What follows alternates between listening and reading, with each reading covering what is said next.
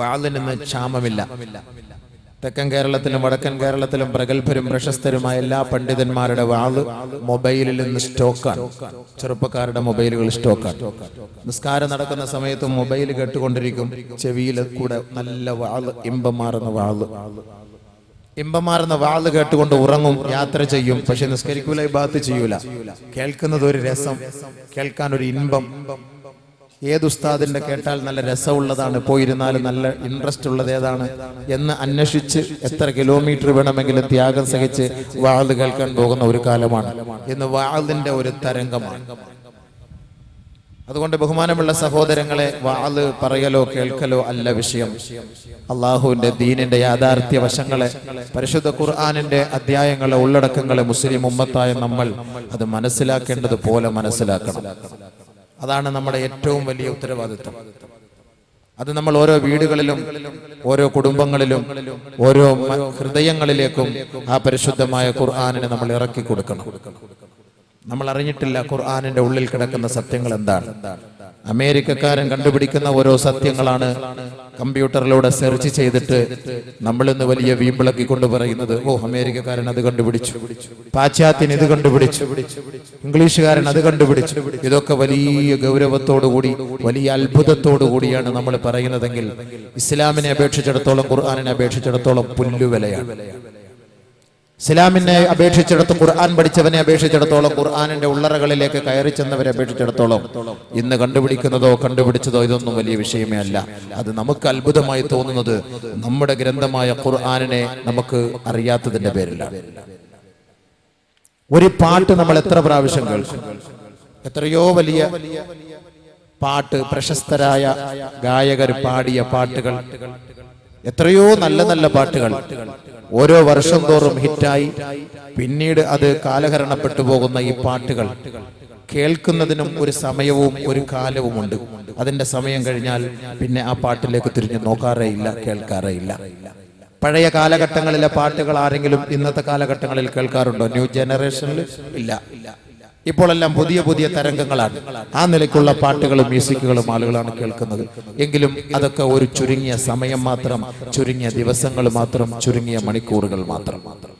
എന്നാൽ ഒരിക്കൽ പോലും നമുക്ക് ആവർത്തന വിരസത നഷ്ടപ്പെടാത്ത ഒരേ ഒരു ഗ്രന്ഥം, ഒരേ ഒരു പാരായണം, ആലാപനം എന്നൊക്കെ നമുക്ക് വേണമെങ്കിൽ ഒരാലങ്കാരിക ഭാഷയിൽ പറയാം. ഒരുപക്ഷെ ഖുർആനിനോടുള്ള മര്യാദകേട് ആലാപനം എന്നൊക്കെ പറയുന്നത് ഒരുപക്ഷെ നമുക്കതൊരു തെറ്റായി തോന്നിയേക്കാം.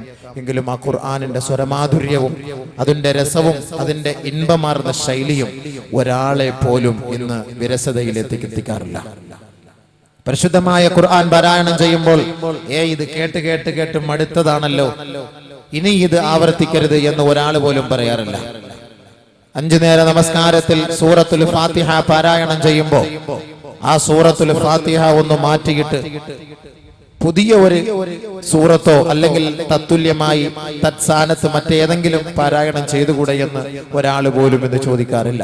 ഒരുപാട് സംഘടനകളും പ്രത്യേക ശാസ്ത്രങ്ങളും ഒക്കെ നമുക്കിടയിലുണ്ടെങ്കിലും പരിശുദ്ധമായ ഖുർആൻ അതിന്റെ ഫാത്തിഹത്തുൽ കിതാബ് എന്ന് പറയുന്ന ആ സൂറത്തുൽ ഫാത്തിഹ ഓതി നമസ്കരിക്കുകയും ഏതൊരു കാര്യങ്ങൾ തുടക്കം കുറിക്കുമ്പോഴും അത് നമ്മൾ പാരായണം ചെയ്യുകയും ഒക്കെ ചെയ്യുന്നുവെങ്കിൽ ഒരാൾക്ക് പോലും ഇന്ന് അതൊരു വിരസതയായിട്ട് അനുഭവപ്പെട്ടിട്ടേ ഇല്ല. അതാണ് ഖുർആനിന്റെ അമൂല്യ ശക്തി, അതാണ് ഖുർആനിന്റെ അമാനുഷികത. ആർക്കും വിരസത ഉണ്ടാവുകയില്ല. നാളെ നിങ്ങൾക്ക് അറിയാം പല കാര്യങ്ങൾ ഓതുന്ന ആ ഖുർആനിന്റെ ശൈലി. നമ്മൾ കേരളക്കരയിൽ പാരായണം ചെയ്ത് കേട്ടിട്ടുള്ള ഒരേ ഒരു ശൈലി മാത്രമേ നമ്മൾ ഖുർആൻ പാരായണം കേട്ടിട്ടുള്ളൂ. എന്നാൽ എത്രയെത്ര ശൈലികൾ, നമ്മൾ പോലും അത്ഭുതപ്പെട്ടു പോകുന്ന തരത്തിലുള്ള ശൈലികൾ നാളെ നമുക്ക് കേൾക്കാൻ കഴിയും ഖുർആനിലൂടെ. ഉദാഹരണത്തിന് സൂറത്തുൻ നാസ് നമ്മൾ പാരായണം ചെയ്യുമ്പോൾ ഖുൽ അഊദു ബിറബ്ബിൻ നാസ് മലിക്കിൻ നാസ് ഇലാഹിൻ നാസ് മിൻ ശർറിൽ വസ്വാസിൽ ഖന്നാസ് الذي يوسوس في صدور الناس من الجنة والناس. സാധാരണഗതിയിൽ നമ്മൾ കേട്ടിട്ടുള്ള ശൈലിയാണ്. പക്ഷേ മറ്റൊരു ശൈലിയിലൂടെ ഓതാൻ അനുവാദമുണ്ട്. ഖുൽ അഊദു ബിറബ്ബിൻ നാസ് മലിക്കിൻ നാസ് ഇലാഹിന്നാസ്. ഒരു പക്ഷെ ആദ്യമായി കേൾക്കുന്ന ആള് ഇയാൾ എന്താപ്പാ ഖുർആൻ ഓതാൻ പോലും അറിയാത്ത മനുഷ്യൻ. കൊല്ലാതെ റബ്ബിൻ നേസ് മലിക്കിൻ നേസ് ഇലാഹിൻ നേസ്. ഇതെന്താപ്പാ ഇത് പുതിയതായിട്ട് കേൾക്കുന്ന ശൈലി? ഇന്നേ വരെ നമ്മൾ ഖുർആൻ കേട്ടിട്ടില്ല ഈ ശൈലിയിൽ. പക്ഷെ നമ്മൾ കേൾക്കുമ്പോൾ നമുക്ക് അത്ഭുതം തോന്നും. അതെന്ത് അത്ഭുതം? ഇന്ന് ഖുർആനെ കുറിച്ച് നമുക്കുള്ള ബോധം നഷ്ടപ്പെട്ടു പോയി. അതിനെക്കുറിച്ചുള്ള ബോധം നമുക്ക് നഷ്ടപ്പെട്ടു പോയി. ലക്കും ദീനുക്കും വലിയ ദീൻ, ലക്കും ദീനുക്കും വലിയ ദീൻ. പല നിലയ്ക്കും മാലിക് യൗമിദ്ദീൻ, മാലിക് യൗമിദ്ദീൻ. ഖുർആനിനെ കേൾക്കുന്നവർക്ക്, അത് പഠിച്ചവർക്ക് അതൊരു പ്രശ്നമില്ല, അത്ഭുതമില്ല. അതല്ലാത്തവർക്ക് ഒരു പക്ഷെ അത്ഭുതം തോന്നിപ്പോകും. ഇതെന്തേ ഇങ്ങനെ ഓതുന്നത്? അതാണ് ബോധമില്ല എന്ന് പറയുന്നത്. നമ്മൾ ഖുർആനിന്റെ ഉമ്മത്തികളാണ്. ഖുർആൻ നമ്മുടെ കാറ്റലോഗാണ്. ഖുർആൻ നമ്മുടെ ഹൃദയത്തിന്റെ തുടിപ്പാണ്, ജീവിതത്തിന്റെ സ്പന്ദനമാണ്. പക്ഷെ ഖുർആൻ നമുക്ക് എന്തറിയാം? ഖുർആൻ കൂടിപ്പോയാൽ നമുക്ക് ഖുർആനിൽ അറിയാവുന്നത് സൂറത്തുൽ ഇഖ്ലാസ്, ഖുൽ ഹുവല്ലാഹ്. കാരണം എന്താ? ഏറ്റവും ചെറിയ സാധനം. ഖുൽ അഊദു ബിറബ്ബിൽ ഫലഖ്, ഖുൽ അഊദു ബിറബ്ബിൻ നാസ്, സൂറത്ത് യാസീൻ, സൂറത്തുൽ ഫാത്തിഹ. ഇതല്ലാതെ നമുക്ക് മറ്റു ഖുർആനുമായി എന്താ നമുക്ക് ബന്ധം? ഖുർആനിന്റെ ഉള്ളിലേക്ക് കടന്നു ചെന്നാൽ എത്രയെത്ര സംഭവങ്ങളാണ് നമുക്ക് കാണാൻ കഴിയുക. ഖുർആൻ മുസ്ലിം ഉമ്മത്തിന്റെ മാത്രം ഗ്രന്ഥമല്ല, മാനവകുലത്തിന്റെ നിയമപുസ്തകമാണ്. മാനവകുലത്തിന്റെ സകലമാന മനുഷ്യ മക്കളുടെയും വഴികാട്ടിയാണ് ഖുർആൻ. അത് ഖുർആൻ തന്നെ അവതരിപ്പിക്കുന്നു. നമ്മൾ ധരിക്കുന്നു മുസ്ലിമീങ്ങളുടെ മാത്രം ഗ്രന്ഥമാണ്. അല്ല. ശഹ്റു റമളാൻ അല്ലദീ ഉൻസില ഫീഹിൽ ഖുർആൻ ഹുദൽ ലിന്നാസ്, ഹുദൽ ലിന്നാസ്.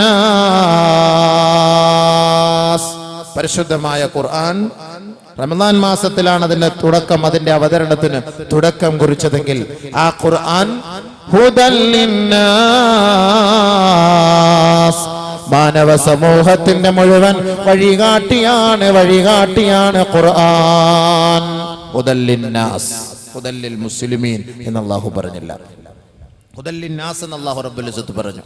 ഹിന്ദുവിനും ക്രിസ്ത്യാനിക്കും ജൂതനും നസ്രാണിക്കും ജൈനമതക്കാരനും ബുദ്ധമതക്കാരനും മൂക്ക് ചപ്പിയവനും ചുരുണ്ട മുടിക്കാരനും കറുത്തവനും വെളുത്തവനും മൊറോക്കോക്കാരനും എത്യോപ്യക്കാരനും എല്ലാവർക്കും പരിശുദ്ധ ഖുർആൻ വഴികാട്ടിയാണ്. ഹുദൽ ലിന്നാസ് അല്ലാഹു പറഞ്ഞ വാക്കതാണ്. ലോകത്തിന് മുഴുവന്റെയും ഗ്രന്ഥമാണ്, ലോക ജനതയ്ക്ക് മുഴുവനും വഴികാട്ടിയാണ് ഖുർആൻ. കാരണം ശരി തന്നെയല്ലേ? ഈ പരിശുദ്ധമായ ഖുർആനിലൂടെയാണല്ലോ ലോകത്തിന്റെ സൃഷ്ടാവ് അള്ളാഹു ആരാണെന്ന് അറിയിക്കുന്നത്, ലോകത്തെ കുറിച്ച് അള്ളാഹു പരിചയപ്പെടുത്തുന്നത്, ലോകത്തിന്റെ വ്യവസ്ഥകളെ അള്ളാഹു റബ്ബുൽ ഇസ്സത്ത് അതിലൂടെ നമ്മളെ അറിയിച്ചു തരുന്നത്. ആ പരിശുദ്ധമായ ഖുർആൻ, ആ ഖുർആൻ മുസ്ലിം ഉമ്മത്തിന്റെ മാത്രം കാറ്റലോഗ് അല്ല, ലോക ജനതയുടെ കാറ്റലോഗാണ്. പക്ഷെ അത് മുസ്ലിം ഉമ്മത്ത് മാത്രം അത് ഏറ്റെടുത്തു. മുസ്ലിം ഉമ്മത്തെന്ന് മാത്രം പറയാൻ പറ്റൂല, അള്ളാഹുവിന് ഏറ്റവും കൂടുതൽ ഭയപ്പെടുന്ന മതഭക്തരായ മതബോധമുള്ള തഖ്വയുള്ളവർ അതിനെ ഏറ്റെടുത്തു. അതുകൊണ്ട് അല്ലാഹു തആല ഒന്നുകൂടെ ഉറപ്പിച്ചു പറഞ്ഞു, അലിഫ് ലാം മീം ദാലികൽ കിതാബ് ലാ റൈബ ഫീഹി ഹുദൽ ലിൽ മുത്തഖീൻ الذين يؤمنون بالغيب ويقيمون الصلاة ومما رزقناهم ينفقون. ഖുർആനിനെ സ്വീകരിച്ചവർ, ഖുർആനിന്റെ ഉള്ളങ്ങളെ, ഖുർആനിന്റെ ഉള്ളടക്കങ്ങളെ അംഗീകരിച്ചവർ, അഭൗതിക ലോകത്തെ കൊണ്ട് വിശ്വസിക്കുന്നവർ, നമസ്കാരം നിലനിർത്തുന്നവർ, അവർക്ക് അള്ളാഹു നൽകിയ സമ്പത്തിൽ നിന്ന് ചെലവ് ചെയ്യുന്നവർ, അള്ളാഹുവിനെ ഭയപ്പെടുന്നവർ അവരാണ്. അതുകൊണ്ട് ലോകത്തിന് വേണ്ടി ഇറക്കിയ ഗ്രന്ഥം ഒരു വിഭാഗം അതിനെ ഏറ്റെടുത്തു. ആ വിഭാഗത്തിൽപ്പെട്ടവരാണ് നമ്മൾ. അള്ളാഹു അതിനെ വേണ്ടവണ്ണം പരിപൂർണമായി അതിനെ ഉൾക്കൊള്ളാനും കൂടെ തൗഫീഖ് നൽകട്ടെ. അപ്പോൾ ഈ ഖുർആനിനെ ലോകത്തിന്റെ മുന്നിൽ പരിചയപ്പെടുത്തിയ പ്രവാചകനാരാണ്? അതും ലോകത്തിന്റെ പ്രവാചകൻ തന്നെയാണ്. അത് മുസ്ലിം ഉമ്മത്തിന്റെ മാത്രം പ്രവാചകനല്ല, അതും അള്ളാഹു തന്നെ പറയുന്നു, വമാ أرسلناك كافة للناس بشيرا ونذيرا بشيرا ونذيرا وما أرسلناك إلا كافة للناس ലോക ജനതയ്ക്ക് വേണ്ടി അല്ലാതെ നബിയെ അങ്ങയെ നാം നിയോഗിച്ചിട്ടില്ല ഹബീബേ. ലോകത്തിന്റെ വെളിച്ചമാണ്, ലോകത്തിന്റെ നിറകുടമാണ്, ലോകത്തിന്റെ രക്ഷാ കവാടമാണ്, ലോകത്തിന്റെ ഗുരുബോധരാണ് ഹബീബായ തങ്ങളെന്ന് അല്ലാഹു അറിയിക്കുകയാണ്. ലോക ജനതയ്ക്ക് മുഴുവനും അധ്യാപകൻ എന്ന നിലയിൽ പരിശുദ്ധ പ്രവാചകനെ അല്ലാഹു റബ്ബുൽ ഇസ്സത്ത് അവതരിപ്പിക്കുന്നു ലോക ജനതയ്ക്ക് വേണ്ടി. അപ്പൊ ലോക ജനതയുടെ ഖുർആൻ ലോക ജനതയുടെ പ്രവാചകനെ അല്ലാഹു ഏൽപ്പിക്കുകയാണ്. അതാണ് ഖുർആൻ. മുസ്ലിമീങ്ങളുടെ മാത്രം നമ്മൾ കണക്കാക്കണ്ട, എല്ലാവരുടെ കാര്യങ്ങളും അതിൽ അല്ലാഹു റബ്ബുൽ ഇസ്സത്ത് പറഞ്ഞിട്ടുണ്ട്. അതുകൊണ്ടല്ലേ അല്ലാഹു റബ്ബുൽ ഇസ്സത്തെ കുറിച്ച് പറയുമ്പോൾ അല്ലാഹു തആല മൊത്തത്തിൽ മനുഷ്യ സമൂഹത്തെ മൊത്തം വിളിച്ചിട്ട് പറഞ്ഞത് യാ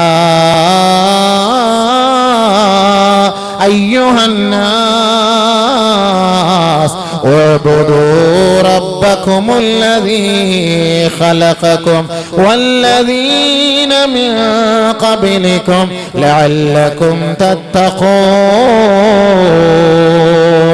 ഏ മാനവ സമൂഹമേ, ലോക ജനതയെ, സമസൃഷ്ടികളോട് പടച്ച തമ്പുരാൻ വിളിച്ചു പറയുകയാണ്, ആഗോള ജനസഞ്ചയത്തോട് വിളിച്ചു പറയുകയാ, നിങ്ങളുടെ രക്ഷിതാവ് ഒരുവനാണ്, അവനേകനാണ്, അവനേകനാണ്, അവനല്ലാതെ ലോകത്തോരിലാഹില്ല തന്നെ, അവന്റെ മുന്നിലല്ലാതെ നിങ്ങൾ നെറ്റിത്തടം സമർപ്പിക്കരുതേ.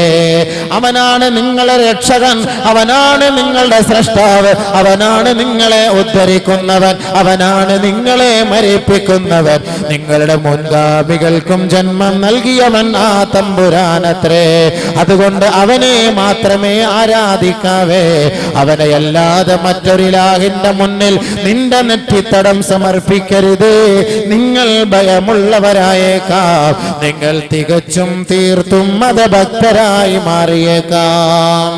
പരിശുദ്ധ ഖുർആൻ യാ അയ്യുഹന്നാസ്, ലോക ജനതയെ നോക്കിയിട്ട് അല്ലാഹു വിളിക്കുന്നു. അല്ലാഹു സുബ്ഹാനഹു വ തആല മനുഷ്യന്റെ സൃഷ്ടിപ്പിനെ കുറിച്ച് പറയുമ്പോഴും അല്ലാഹു മുഅ്മിനീങ്ങളെ പ്രത്യേകിച്ച് വിളിച്ചല്ല പറഞ്ഞത്, ലോക മനുഷ്യരെ മുഴുവനും അല്ലാഹു. കാരണം സൃഷ്ടാവ് അല്ലാഹുവാണ്. നസ്രാണിയുടെയും യഹൂദന്റെയും ജൂതന്റെയും ജൈനമതക്കാരന്റെയും ഹിന്ദുവിന്റെയും മുസ്ലിമിന്റെയും എല്ലാവരുടെയും സൃഷ്ടാവാര് അല്ലാഹു. യാ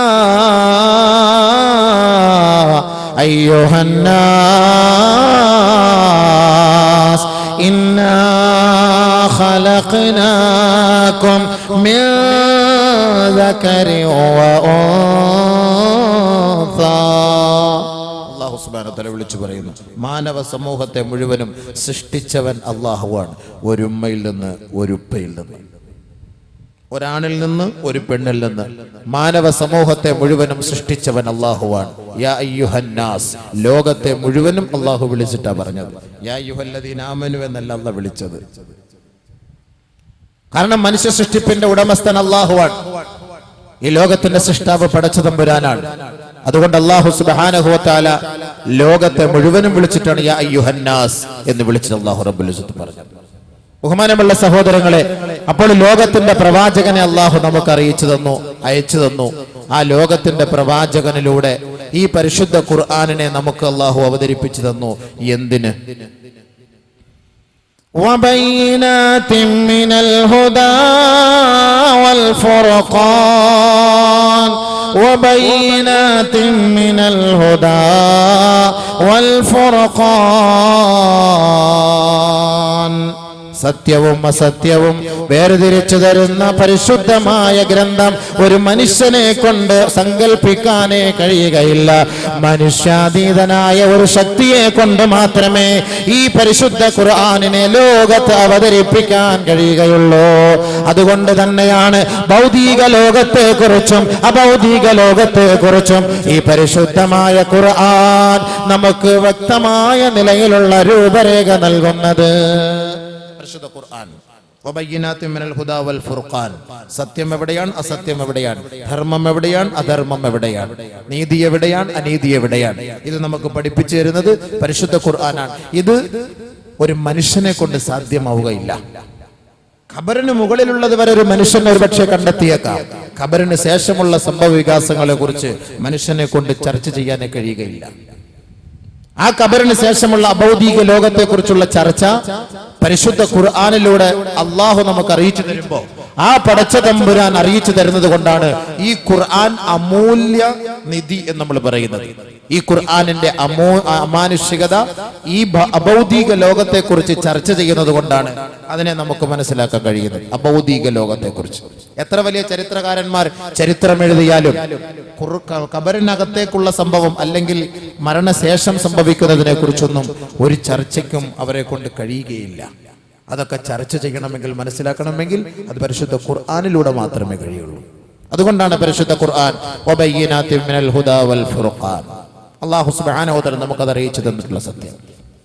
അല്ലാഹു സുബ്ഹാനഹു വ തആല അതാണ് ഈ ഖുർആനിന്റെ ശക്തി, ഇതിന്റെ കഴിവ്, ഇതിന്റെ മഹത്വം മനസ്സിലാക്കാൻ അല്ലാഹു സുബ്ഹാനഹു വ തആല ഈ പരിശുദ്ധമായ മഹത് വചനങ്ങളെ, ഇതിന്റെ ഉത്തരവാദിത്തങ്ങളെ അല്ലാഹു തആല ആകാശ ഭൂമിയോട് ഏൽപ്പിക്കുകയാണ്. ആകാശങ്ങളോട് അല്ലാഹു തആല കൽപ്പിക്കുന്നു, ഭൂമിയോട് കൽപ്പിക്കുന്നു, പർവ്വതസ്ഥാനങ്ങളോട് കൽപ്പിക്കുന്നു, ഇത് ഏറ്റെടുക്കണം. ഈ ഖുർആൻ ഏറ്റെടുക്കണം. ഇന്ന് നമുക്ക് ഖുർആൻ പള്ളിയിൽ അലമാരി നിറച്ചും അട്ടിയടിക്ക് വെച്ചിരിക്കുകയാണ്. അലമാരി നിറച്ചും എന്ന് ഖുർആൻ ഉണ്ട്. നമ്മുടെ വീട്ടിൽ നിന്ന് ഷോക്കേഴ്സിലുണ്ട് ഖുർആൻ. ടിവിയുടെ മുകളിൽ ഖുർആൻ എടുത്ത് വെച്ചിട്ടുണ്ട്, ബർക്കത്ത് അതിലേക്ക് ഇറങ്ങിക്കൊണ്ടിരിക്കാൻ. നമ്മൾ ഹാളിൽ എടുത്ത് വെക്കാറുണ്ട് ഖുർആൻ. എല്ലാവരും വന്ന് കാണുമ്പോൾ മറ്റേ ഹിന്ദുക്കളൊക്കെ വിഷുവിന്റെ ദിവസമല്ല കൊന്ന പൂവ് കാണുന്ന പോലെ ആരെങ്കിലും ഹാളിലേക്ക് കയറി വരുമ്പോൾ ആദ്യമായിട്ട് കാണുന്നത് ഖുർആനാണ്. ഒരു റൈഹാലിൽ ഇങ്ങനെ വെച്ചിട്ടുണ്ട്, ഒരു സ്റ്റൈലിന് വേണ്ടിയല്ല. പരിശുദ്ധ ഖുർആനിനെ അങ്ങനെ സ്റ്റൈലാക്കി മാറ്റി. ആ ഖുർആനിനെ ഒരു കാഴ്ച വസ്തുവാക്കി മാറ്റി. നമുക്കതിന്റെ വേദനയും അതിന്റെ ഗൗരവവും അതിന്റെ ഭാരവും നമുക്കറിയില്ല. അതിന്റെ ഭാരം അറിയണമെങ്കിൽ അല്ലാഹു സുബ്ഹാനഹു വ തആല ഈ ഖുർആനിനെ ആകാശങ്ങളോടും ഭൂമികളോടും അല്ലാഹു ഏൽപ്പിക്കുകയാണ്. ഇന്നാ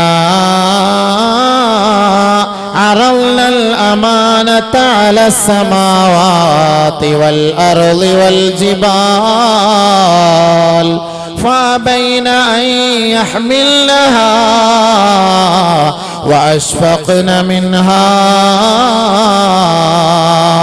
وحملها الإنسان. പരിശുദ്ധമായ ഖുർആൻ എന്ന് പറയുന്ന അമാനത്തുണ്ടല്ലോ, ഈ അമാനത്തിനെ അല്ലാഹു സുബ്ഹാനഹു വ തആല ആകാശങ്ങളോട് ഏൽപ്പിക്കുകയാണ്, ആകാശഭൂമികളോട് അല്ലാഹു ഏൽപ്പിക്കുകയാണ്, പർവ്വതസ്ഥാനികളോട് പടച്ച തമ്പുരാൻ ഈ ഉത്തരവാദിത്തം ഏറ്റെടുക്കാൻ കഴിയുമോ എന്ന് ചോദിക്കുമ്പോ ഫഅബൈന അൻ യഹ്മിൽനഹാ വഅശ്ഫഖ്ന മിൻഹാ. അല്ലാഹുവേ, ഈ അമാനത്ത് എന്ന് പറയുന്ന ഈ ഉത്തരവാദിത്തം ഞങ്ങളെ കൊണ്ട് ഏൽക്കാൻ കഴിയില്ല പടച്ച തമ്പുരാനെ.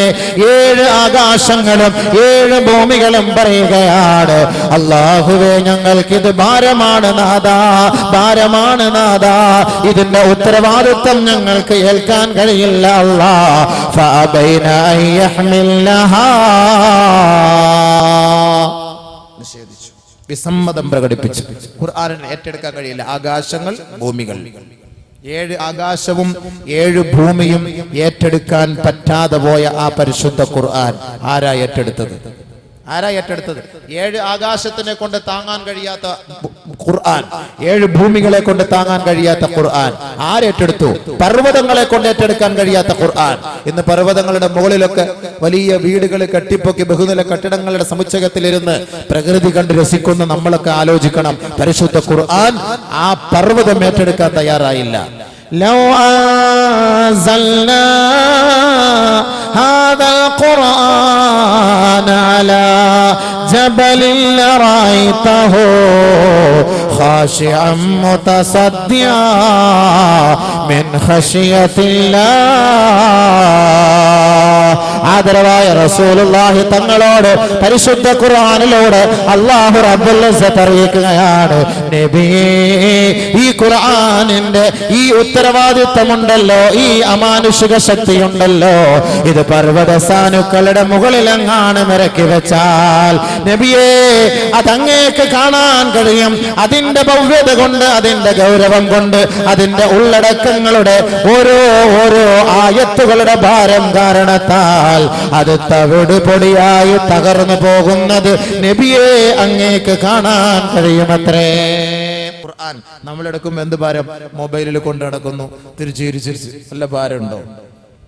ചെറിയ ഖുർആൻ ഭാരം കുറഞ്ഞത് വാങ്ങുന്നു, വല്ല ഭാരമുണ്ടോ? എന്തേ ഭാരം? ഖുർആൻ അല്ലാഹു തആല പറയുന്ന നബി തങ്ങളോട്, നബിയെ ഭാരമുള്ള ഒരു വസ്തുവാണ് ഞാൻ അങ്ങേക്ക് ഇറക്കി തരാൻ പോകുന്നത്. ഇന്നാ സനുൽഖി അലൈക ഖൗലൻ തഖീല. ഭാരമുള്ള വാക്കുകളാണ് അത്. അല്ലാഹുവിന്റെ സന്ദേശം അത് ഭാരമുള്ളതാണ്, വിലപ്പെട്ടതാണ്. ഖുർആനൊക്കെ നമ്മൾ വെളിയിൽ കൊണ്ടിട്ടിട്ട് പാഠപുസ്തകങ്ങളും ചരിത്ര പുസ്തകങ്ങളും വളരെ സുന്ദരമായ സൂക്ഷ്മമായ നിലയിൽ സൂക്ഷിച്ച് വലിയ അലമാരകളിൽ പൊടി പോലും പെരളാതെ നമ്മളത് സൂക്ഷിച്ചു വെക്കും.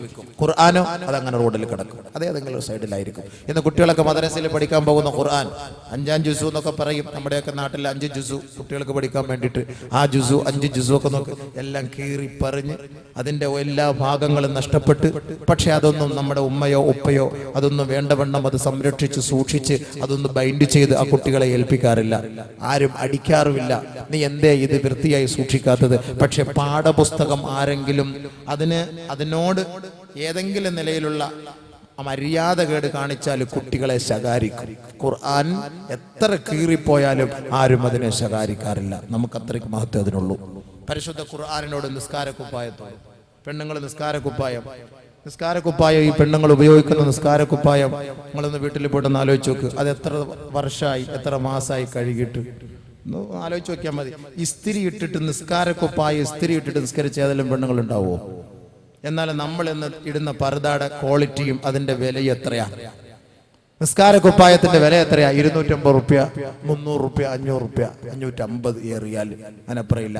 ഒരു പർദ 3000, 3500, 4000, 5000, കല്യാണമാണെങ്കിൽ 10,000 മുകളിൽ.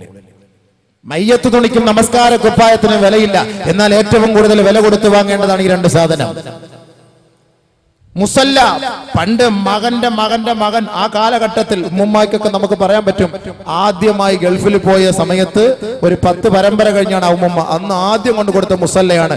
അതിനകത്ത് സുജൂദ് ചെയ്ത് ഇന്ത്യയുടെ മാപ്പ്, ലോകത്തിന്റെ മാപ്പ്, ആ ബർസഖിന്റെ മാപ്പ്, ആഖിറത്തിന്റെ മാപ്പ് മുഴുവനും ആ സുജൂദ് ചെയ്യുന്ന സ്ഥലത്ത് കാണാം. എന്നാലും ആ മുസല്ല മാറ്റാറില്ല. കാരണം അതിന്റെ മഹത്വം അത്രയേ ഉള്ളൂ. നിസ്കരിക്കും ചുരുട്ടിക്കൂട്ടുക. ഏതെങ്കിലും ഒരു കട്ടിലിന്റെ ചുവട്ടിലോ കട്ടിലിന്റെ കീഴെയോ അല്ലെങ്കിൽ ഏതെങ്കിലും ഒരു വാതിലിന്റെ ഇടയിലേക്കോ കാലുകൊണ്ട് ചവിട്ടി തള്ളി അങ്ങടും നിസ്കാരക്കുപ്പായവും നമസ്കരിക്കുന്ന മുസല്ലയും അല്ല വരെ നമ്മൾ കളിപ്പിക്കാറില്ല. എന്നാൽ നിങ്ങളുടെ ഡ്രസ്സോ ഒഴിയാൽ പ്രത്യേകമായി കൊണ്ടിടും. അത് നനഞ്ഞുപോയി വേർത്തു പോയാൽ ഫാനിന്റെ താഴെ കൊണ്ടിടും, കരിമ്പൻ അടിക്കാതിരിക്കാൻ. വസ്ത്രങ്ങളൊക്കെ ഊരി അതിന്റെ അഴിച്ച് അത് അതിൻ്റെതായ സ്ഥലത്ത് കൊണ്ടുപോയി സൂക്ഷിച്ചു വെക്കും. ഇന്ന് നമ്മുടെ വീടുകൾ ദിവസം തോറും കഴുകി വൃത്തിയാക്കാറുണ്ട്, ശുദ്ധിയാക്കാറുണ്ട്. വാക്വം ക്ലീനർ വെച്ച് എല്ലാ നിലയ്ക്കും നല്ല വൃത്തിയാക്കാറുണ്ട്. ഒരു വീട്ടിലേക്ക് കയറിയാൽ നല്ല വെടിപ്പും വൃത്തിയുമാണ്. എന്നാൽ മുസല്ല വിരിച്ച് കാർപ്പറ്റ് വിരിച്ച പള്ളികളിലേക്ക് നിങ്ങൾ കയറി നോക്കി, മൊത്തം പൊടി. സുജൂദ് ചെയ്താൽ ആസ്മയുടെ രോഗിയായിട്ടായിരിക്കും സുജൂദിൽ നിന്ന് അവൻ എഴുന്നേക്കുക. അവൻ സുബ്ഹാന റബ്ബിയൽ അഅല എന്നവൻ പറയുമ്പോൾ തന്നെ പൊടി 50 ഗ്രാം വീതം കയറും മൂക്കിലൂടെ. കാരണം അത് ശ്രദ്ധിക്കാൻ ആരുമില്ല, കമ്മിറ്റിക്കാരില്ല. കമ്മിറ്റിക്കാരും പ്രസിഡന്റും സെക്രട്ടറിയും ഒക്കെ ഉണ്ട്. അധികാരമാണ് നമുക്ക് ആവശ്യം. ഞാൻ കണ്ണൂർ ടൗണിലെ ജമാഅത്താണ്, പ്രസിഡന്റാണ്, ഞാൻ ഇന്ന പള്ളിയിലെ സെക്രട്ടറിയാണ്, ഞാൻ ഇന്ന പള്ളിയിലെ ട്രഷററാണ് എന്ന് പറഞ്ഞ് അഭിമാനിക്കാൻ വേണ്ടി എല്ലാവരും കാണും. ആ പള്ളിയുടെ ബാത്റൂമിന് കതവിന് ഡോറിന് ഒരു കൊളുത്തു പോലും ഇടാറില്ല, ശ്രദ്ധിക്കാറില്ല. നമ്മുടെ അവസ്ഥയാണ്. പള്ളികൾ പരിശോധിച്ച് നോക്കി നിങ്ങൾ. പള്ളികൾ പരിശോധിച്ച് നോക്കി, നമ്മുടെ വീടുകളിലുള്ള ബാത്റൂം എല്ലാം നല്ല വീറും വൃത്തിയും വെടിപ്പുമുള്ളതാണ്. എന്നാൽ ഇന്നത്തെ മസ്ജിദുകളിൽ, ഇന്നത്തെ മദ്രസകളിൽ നമ്മുടെ കുട്ടികള്, അതല്ലെങ്കിൽ നമ്മൾ നമസ്കരിക്കാൻ പോകുന്ന നമ്മുടെ മദ്രസകള്, പള്ളികളിലെ ബാത്റൂമുകൾ നിങ്ങൾ കയറി നോക്കി. ജമാഅത്ത് കമ്മിറ്റിക്കാരെങ്കിലും പള്ളിയുടെ ബാത്റൂമിൽ വരാറുണ്ടോ? ഏതെങ്കിലും വഴിയാത്രക്കാരനല്ലേ ഉപയോഗിക്കാറുള്ളൂ. അതുകൊണ്ട് മഞ്ഞ കളറായാലെന്താ, ചുവപ്പ് കളറായാലെന്താ, ഏതവസ്ഥയിൽ കിടന്നാലെന്താ? ആരോട് ചോദിക്കാൻ? ആരോട് ചോദിക്കാൻ? ആരും ചോദിക്കാറില്ല. കാരണം നമുക്ക് അള്ളാഹുവിന്റെ ശആയിറുകളോട്, പടച്ച തമ്പുരാന്റെ അടയാളങ്ങളോട്, ഇസ്ലാമിക നിയമങ്ങളോടും അടയാളങ്ങളോടും നമുക്കുണ്ടാകുന്ന മഹത്വം ഇത്രയേ ഉള്ളൂ. എന്നാൽ ഭൗതികതയ്ക്കാണ് കൂടുതൽ സ്ഥാനം നമ്മൾ നൽകുന്നത്. നിങ്ങൾ സ്വന്തമായിട്ടും നിങ്ങൾ ചിന്തിച്ചു നോക്കി. നമ്മുടെ കുട്ടികളെ മദ്രസയിൽ പഠിപ്പിക്കാൻ കേവലം 1 മണിക്കൂർ ഖുർആൻ പഠിപ്പിക്കാൻ, ഭൗതികത പഠിപ്പിക്കാൻ 10 മണിക്കൂർ 12 മണിക്കൂർ, മദ്രസയിൽ കുട്ടികളെ ഹാഫിളാക്കാനോ അല്ലെങ്കിൽ ആലിമാക്കാനോ ഹാഫിളത്താക്കാനോ ആലിമത്താക്കാനോ നമ്മുടെ കുട്ടികളെ നമ്മൾ വിടാറില്ല. ഹോസ്റ്റലിൽ നിർത്തി പഠിപ്പിക്കാൻ നമ്മൾ തയ്യാറാകാറില്ല. എന്നാൽ നമ്മുടെ ആൺ പെൺമക്കളെ എത്ര കിലോമീറ്ററുകൾ അപ്പുറത്ത് വേണമെങ്കിലും, എത്ര മാസങ്ങളോ വർഷങ്ങളോ ലക്ഷങ്ങൾ അഡ്വാൻസ് കൊടുത്ത് അഡ്മിഷന് വേണ്ടി കൊടുത്തുകൊണ്ട് നമ്മുടെ മക്കളെ ഭൗതികത പഠിപ്പിക്കാൻ വേണ്ടി ഈ ഉമ്മത്ത് തയ്യാറാകും. പരിശുദ്ധ ഖുർആൻ പഠിപ്പിക്കാൻ കേവലം 1 മണിക്കൂറോ അരമണിക്കൂറോ സമയം മാത്രം അല്ലേ? എന്നാൽ ഗുണമേതിനാണ്? ബഹുമാനമുള്ള സഹോദരങ്ങളെ, ഈ ഖുർആൻ, പരിശുദ്ധ ഖുർആൻ ഇല്ല എങ്കിൽ ഇന്ന് നമ്മൾ പഠിക്കുന്ന ഭൗതികതയ്ക്ക് വല്ല സ്ഥാനമുണ്ടാകുമോ? നമ്മളത് ചിന്തിക്കാത്ത എന്തേ? പരിശുദ്ധ ഖുർആനിലൂടെയല്ലേ ഇന്നത്തെ ലോകത്തിന്റെ മുഴുവൻ കണ്ടുപിടുത്തങ്ങളും. ഇന്ന് നമ്മുടെ കുട്ടികൾ പോയി കോളേജിൽ വലിയ റാങ്ക് വാങ്ങിക്കൊണ്ടുവരുമ്പോ, വലിയ ഡിഗ്രി എടുത്തുകൊണ്ടുവരുമ്പോ ഉപ്പാക്കും ഉമ്മാക്കും ഒക്കെ ഭയങ്കര പ്രൗഢിയാണ്, ഭയങ്കര സന്തോഷമാണ്. എന്റെ മകൾ ഇന്നത് പഠിച്ചു, ഇന്ന ഡിഗ്രി കിട്ടി, അത് കിട്ടി, ഇത് കിട്ടി, എന്റെ മകൻ ഹാഫിളായി, എന്റെ മകള് ഹാഫിളത്തായി. നമുക്ക് വലിയ ഒരു പ്രൗഢിയില്ല അതിന്റെ പേരിൽ. കാരണം എന്താ? ഹാഫിളായിട്ട് ഇപ്പൊ എന്ത് കിട്ടാനാ? മൊയ്ലിയാക്കന്മാർക്ക് കിട്ടുന്ന ശമ്പളം 7500 രൂപ, 2500 രൂപ. എന്നാൽ ഭൗതികതയ്ക്ക് പഠിച്ചാൽ 25,000, 50,000, 30,000. ഖുർആൻ പഠിച്ചിട്ടുള്ള താനുണ്ടോ? ഖുർആൻ പഠിച്ചാൽ നീ പള്ളിയിൽ വാങ്കൊളിക്കാൻ പോണം, അല്ലാഹു അക്ബർ മുഅദ്ദിനായിട്ട് ജോലി ചെയ്താൽ നിനക്ക് എന്ത് ശമ്പളം കിട്ടും? 5000 രൂപ ശമ്പളം കിട്ടും. 5000 രൂപ അതല്ലേ കിട്ടുള്ളൂ. എന്നാൽ മറ്റേത് പഠിക്കാൻ പോയാലോ? പഠിച്ചാൽ മാത്രം മതി, നീ വിജയിക്കണമെന്നില്ല. വിവാഹം കഴിക്കുമ്പോ തന്നെ ഇന്നോവ കാർ, ഫോർച്യൂണർ, 50 ലക്ഷത്തിന്റെ വീട്, നിന്നു തിന്നാനുള്ള സൗകര്യം, കിടന്നു തിന്നാനുള്ള സൗകര്യം, നിന്നു കുളിക്കാനും കിടന്നു കുളിക്കാനുമുള്ള സൗകര്യം, എല്ലാ നിലയ്ക്കുമുള്ള ആധുനിക സംവിധാനങ്ങളോടുകൂടിയുള്ള വൈവാഹിക ചടങ്ങുകളും ആഡംബര നിക്കാഹുകളും, അതിനുള്ള എല്ലാ സംവിധാനങ്ങളും ചെയ്തരും. കേവലം നിനക്കൊരു എഞ്ചിനീയറിന്റെ ഒരു ചെറിയ പദവി മതി. 70 പേപ്പർ എടുത്തെടുത്ത് എഴുതിയാൽ മതി, ബാക്കി 30 പേപ്പർ അവിടെ കിടക്കട്ടെ. ഒറിജിനലായിട്ട് എഞ്ചിനീയർ ആയിട്ടൊന്നുമില്ല. അതാരാ? ഈ പെണ്ണിന്റെ ഉമ്മ, ഈ പെണ്ണിന്റെ വാപ്പ അന്വേഷിക്കാറുണ്ടോ? നിന്റെ ഡിഗ്രി പേപ്പർ കൊണ്ട് നോക്കട്ടെ. എഞ്ചിനീയർ എന്ന് പറയുമ്പോഴേക്കും തന്നെ നമ്മൾ ഇന്നോവ ബുക്ക് ചെയ്യും, CC ഇട്ട വണ്ടി ബുക്ക് ചെയ്യും. മകളെ കയറ്റിവിടുന്ന നരകത്തിലേക്കാണ്. CC ഇട്ട വാഹനത്തിലൂടെ കയറ്റിയിരുത്തും. 25 ലക്ഷത്തിന്റെ വാഹനം എടുത്തിട്ട് 10 ലക്ഷം അടച്ചിട്ട് 15 ലക്ഷം CC ആണ്.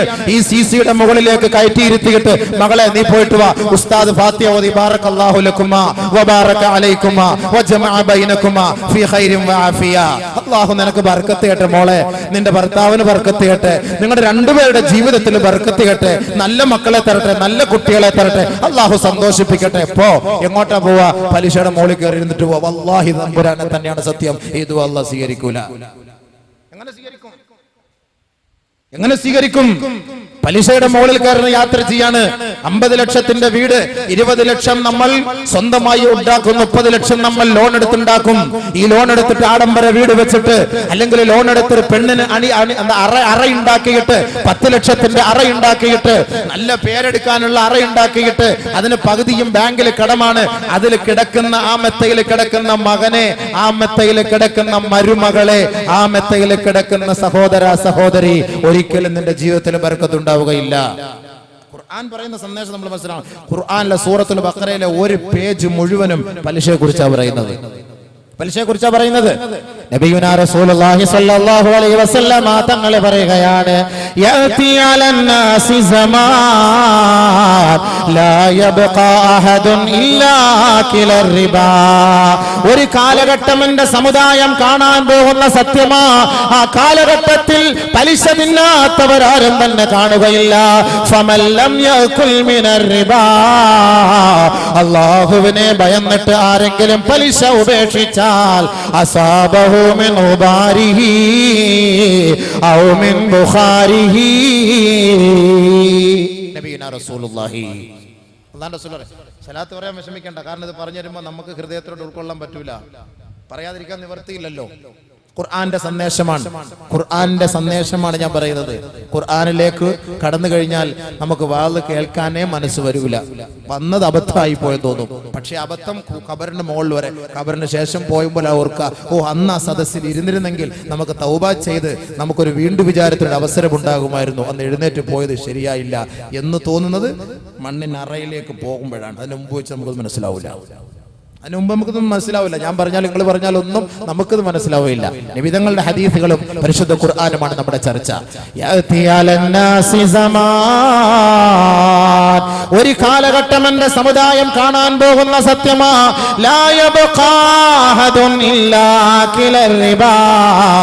അന്ന് പലിശ തിന്നാത്തവനായി ഈ ഭൂലോകത്ത് ആരും തന്നെ കാണുകയില്ല. ആരെങ്കിലും അല്ലാഹുവിനെ ഭയന്നിട്ട് പലിശ ഉപേക്ഷിച്ചാൽ അസാബഹു മിൻ ഉബാരിഹി ഔ മിൻ ബുഖാരിഹി, പലിശയുടെ പൊടിയെങ്കിലും അവനെ തട്ടാതിരിക്കുകയില്ല നബിയുനാ റസൂലുള്ളാഹി.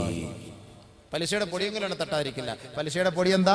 സിസി ഇട്ട വാഹനത്തിലൂടെ കയറി യാത്ര ചെയ്യുമ്പോ അവൻ നമസ്കാരമുള്ളവനാണ്, നോമ്പെടുക്കുന്നവനാണ്, സക്കാത്ത് കൊടുക്കുന്നവനാണ്, ഹജ്ജ് ചെയ്തവനാണ്, തൊപ്പി വെച്ചവനാണ്, ദാടി വെച്ചവനാണ്, നമസ്കാരത്തഴമ്പുള്ളവനാ. പക്ഷേ അവന്റെ മകളുടെ കല്യാണ ചടങ്ങിന് വേണ്ടി 10 ലക്ഷം ലോൺ എടുത്തെങ്കിൽ, സഹോദരങ്ങളെ, നമസ്കാരമുള്ളവനെല്ലാം ആ വീട്ടിൽ പോയിരുന്ന് ഭക്ഷണം കഴിച്ചിട്ടുണ്ടോ? അസാബ ആ പലിശയുടെ പൊടിയെങ്കിലും അവരെ തട്ടാതിരിക്കുകയില്ല നബിയുനാ റസൂലുള്ളാഹി. ശരിയല്ലേ? ശരിയല്ലേ? നമ്മൾ പലിശ തിന്നാറില്ല, പക്ഷേ പലിശയ്ക്ക് പൈസ എടുത്തിട്ട് കല്യാണം നടത്തുന്നവന്റെ നിന്ന് തിന്നുന്ന കാള, ആട്, മാട്, ഒട്ടകം തിന്നുന്ന എന്താ അതിന് പറയാ, ബൊഫേ സംസ്കാരത്തിൽ നമ്മളും പോയി തിന്നുന്നു. പാശ്ചാത്യന്റെ സംസ്കാരം അല്ലേ? നിന്ന് തിന്നാൻ പാടില്ല, നിന്ന് കുടിക്കാൻ പാടില്ല, നിന്ന് മൂത്രമൊഴിക്കാൻ പാടില്ല. പരിശുദ്ധ ഇസ്ലാം പഠിപ്പിച്ചു തരുമ്പോ വൈവാഹിക ജീവിതം എന്ന് പറയുന്നത് സ്വർഗത്തിലേക്ക് പോകേണ്ടതാണ്. ആ സ്വർഗത്തിലേക്ക് പോകേണ്ട ആ വൈവാഹിക ചടങ്ങിൽ സന്തോഷത്തോടുകൂടി ബാറകല്ലാഹു ലക്കുമാ വബാറക അലൈക്കുമാ, അല്ലാഹു നിങ്ങൾക്ക് ബർക്കത്ത് ചെയ്യട്ടെ മകളെ, നിങ്ങൾക്ക് റഹ്മത്ത് ചെയ്യട്ടെ മകനെ എന്ന് സന്തോഷത്തോടെ ആയിരക്കണക്കായ സദസ്യരുടെ മുന്നിൽ വെച്ച്, ആലിമീങ്ങളുടെ സദസ്സിൽ വെച്ച് ദുആ ചെയ്യുമ്പോ, ദുആ ചെയ്തതിനു ശേഷം അതിഥികളെ വിളിച്ചു വരുത്തിയിട്ട് ആ വലതു ഭാഗത്ത് പോയിട്ട് നിന്ന് തിന്നോളീൻ എന്ന് പറഞ്ഞു വിടുന്ന സംസ്കാരം ഇസ്ലാമിക സംസ്കാരമാണ്. ഇസ്ലാമിക സംസ്കാരം. നിങ്ങളുടെ വീട്ടിൽ മുസ്ലിയാർ വന്നു, ഞാൻ വന്നു, നിങ്ങളുടെ വീട്ടിൽ വന്നു ഭക്ഷണം കഴിക്കാൻ വന്നു. അടുക്കളയിൽ കിച്ചണെല്ലാം ഒരുക്കി വെച്ചിട്ടുണ്ട്. വീടിന്റെ ഉടമസ്ഥൻ പറയുന്നു, ആ സൂറ, സർമിന, സബൂറ നിങ്ങളെല്ലാം അങ്ങോട്ട് മാറ്, അടുക്കളയെല്ലാം റെഡിയല്ലേ? ആ ഉസ്താദ് അങ്ങോട്ടൊന്ന് എടുത്ത് കഴിച്ചോളൂ. അവിടെ മാറാനും കൂടെ പറയേണ്ട കാര്യമില്ലല്ലോ, അവരോട് ഒന്നോട്ടെ, നമ്മളുടെ കൂടെ പോയി കഴിച്ചോളാം, അങ്ങോട്ട് പോയിക്കോളൂ ഉസ്താദ്. അതാണ് ഒരു മര്യാദ. ഒരാളെ വീട്ടിൽ വിളിച്ചു വരുത്തിയിട്ട് അവിടെ ഭക്ഷണം ഉണ്ട് പോയി കഴിച്ചോളി എന്ന് പറയുന്ന അല്ല മര്യാദ. അയാൾക്ക് വിളമ്പി കൊടുക്കണം, അതാണ് അതിന്റെ മര്യാദ. പോയിട്ട് കഴിച്ചോളി, നിന്ന് തിന്ന, കയ്യിൽ വെള്ളയിൽ കൊണ്ടുവച്ചിട്ട് പെറുക്കി തിന്നോണ്ട് നടക്കുക. നമ്മളതിന് പറയാറുണ്ട്, പെറുക്കി എന്ന് പറയാറുണ്ട്. ഇങ്ങനെ നിന്ന് ഇങ്ങനെ കപ്പലണ്ടി തിന്നുന്നത് പോലെ ഇങ്ങനെ നിന്ന ഒരു കല്യാണത്തിന്റെ സദസ്സിൽ ഇസ്സത്തില്ലേ? മുസ്ലിം ഉമ്മത്തിന് ഇസ്സത്തില്ലേ? മഹത്വമില്ലേ? ബഹുമാനമില്ലേ? എവിടെ പോയി ആ ആചാരങ്ങളൊക്കെ?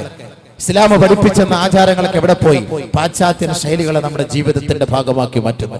പാട്ട്, തലേ ദിവസം നല്ല പാട്ട്, അന്യപുരുഷനും അന്യപെണ്ണും കൂടിയിരുന്നു കൊള്ള ചെങ്ങാത്തം, പാട്ട്, ആട്ടം, നൃത്തം, ദുആയും ഫാത്തിഹയും യാസീനൊക്കെ ആദ്യം മൊയ്ലാരി നടത്തിയിട്ട് പോകും.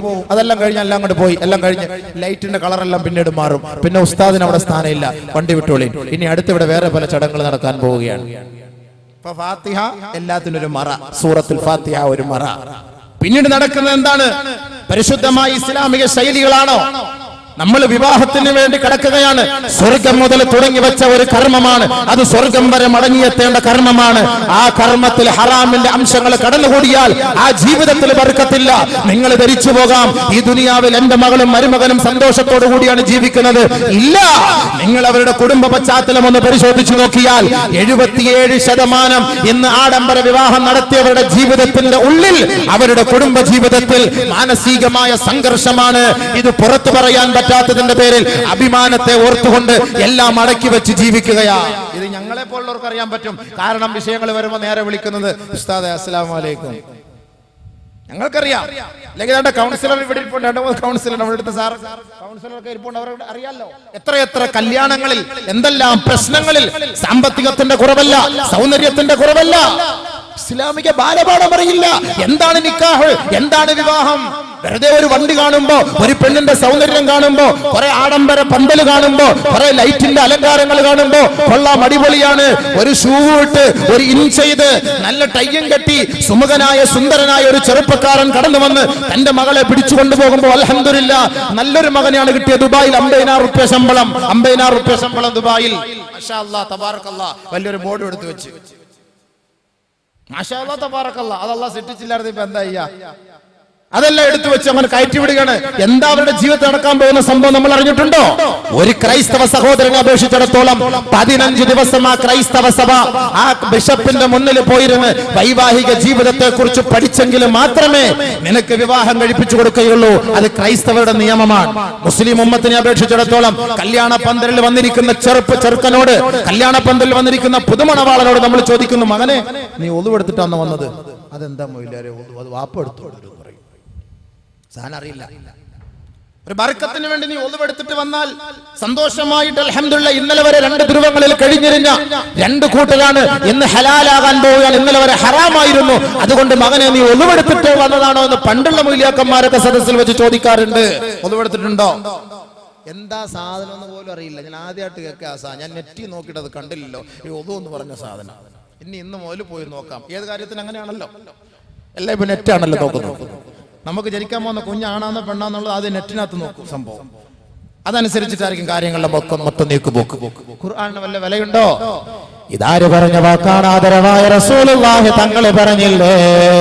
ബഹുമാനപ്പെട്ട നബിയുനാ റസൂലുള്ളാഹി തങ്ങൾ ഹജ്ജത്തുൽ വദാഇന്റെ പ്രഭാഷണത്തിലൂടെ പരിശുദ്ധമായ കഅബയുടെ കില്ല പിടിച്ചുകൊണ്ട് അല്ലാഹുവിന്റെ റസൂൽ പറഞ്ഞില്ലേ? ബഹുമാനപ്പെട്ട സൽമാനുൽ ഫാരിസി അടക്കമുള്ള സഹാബാക്കളോട്, യാ സൽമാൻ, ഏ സൽമാൻ, ഒരു കാലഘട്ടം എന്റെ സമുദായം കാണാൻ പോകുന്ന സത്യമാണ്. യത്തഖിദു കിതാബല്ലാഹി മസാമീറാ വയുൻബിദു കിതാബല്ലാഹി വറാഅ ളുഹൂരിഹിം. അന്ന് പരിശുദ്ധ ഖുർആനിനെ അവർ വാദ്യോപകരണമായി ഉപയോഗിക്കും, പാട്ടായിട്ട് ഉപയോഗിക്കും, പാട്ട് റിംഗ് ടൂൺ ആയിട്ട് ഉപയോഗിക്കും. ഖുർആൻ നബിയുനാ റസൂലുള്ളാഹി തങ്ങൾ പറഞ്ഞ കാര്യം. 21-ാം നൂറ്റാണ്ടിലേക്ക് നോക്കിയിട്ട് 6-ാം നൂറ്റാണ്ടിന്റെ പ്രവാചകൻ 1400 വർഷങ്ങൾക്ക് മുമ്പ് നമുക്ക് 21-ാം നൂറ്റാണ്ടിലെ ആധുനിക ടെക്നോളജിയുടെ നടുവിൽ ജീവിക്കുന്ന എന്നെയും നിങ്ങളെ നോക്കിയിട്ടാണ് അല്ലാഹുവിന്റെ റസൂൽ പറഞ്ഞത്.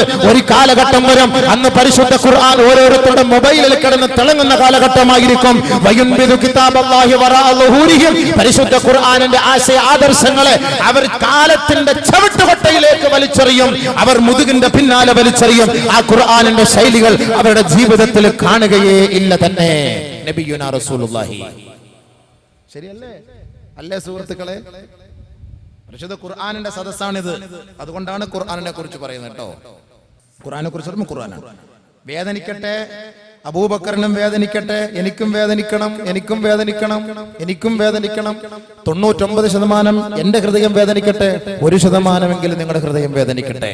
നമ്മൾ ഖുർആനിന്റെ മക്കളാണ്, ഖുർആനിന്റെ സാരഥികളാണ്. ഖുർആൻ ബീച്ചിൽ കൊണ്ടുവെക്കാനോ, ഖുർആൻ ഷോക്കേസിൽ കൊണ്ടുവെക്കാനോ, ഖുർആൻ കാഴ്ച വസ്തുവായി കൊണ്ട് നടക്കാനോ ഉള്ളതല്ല, അതുള്ളതല്ല.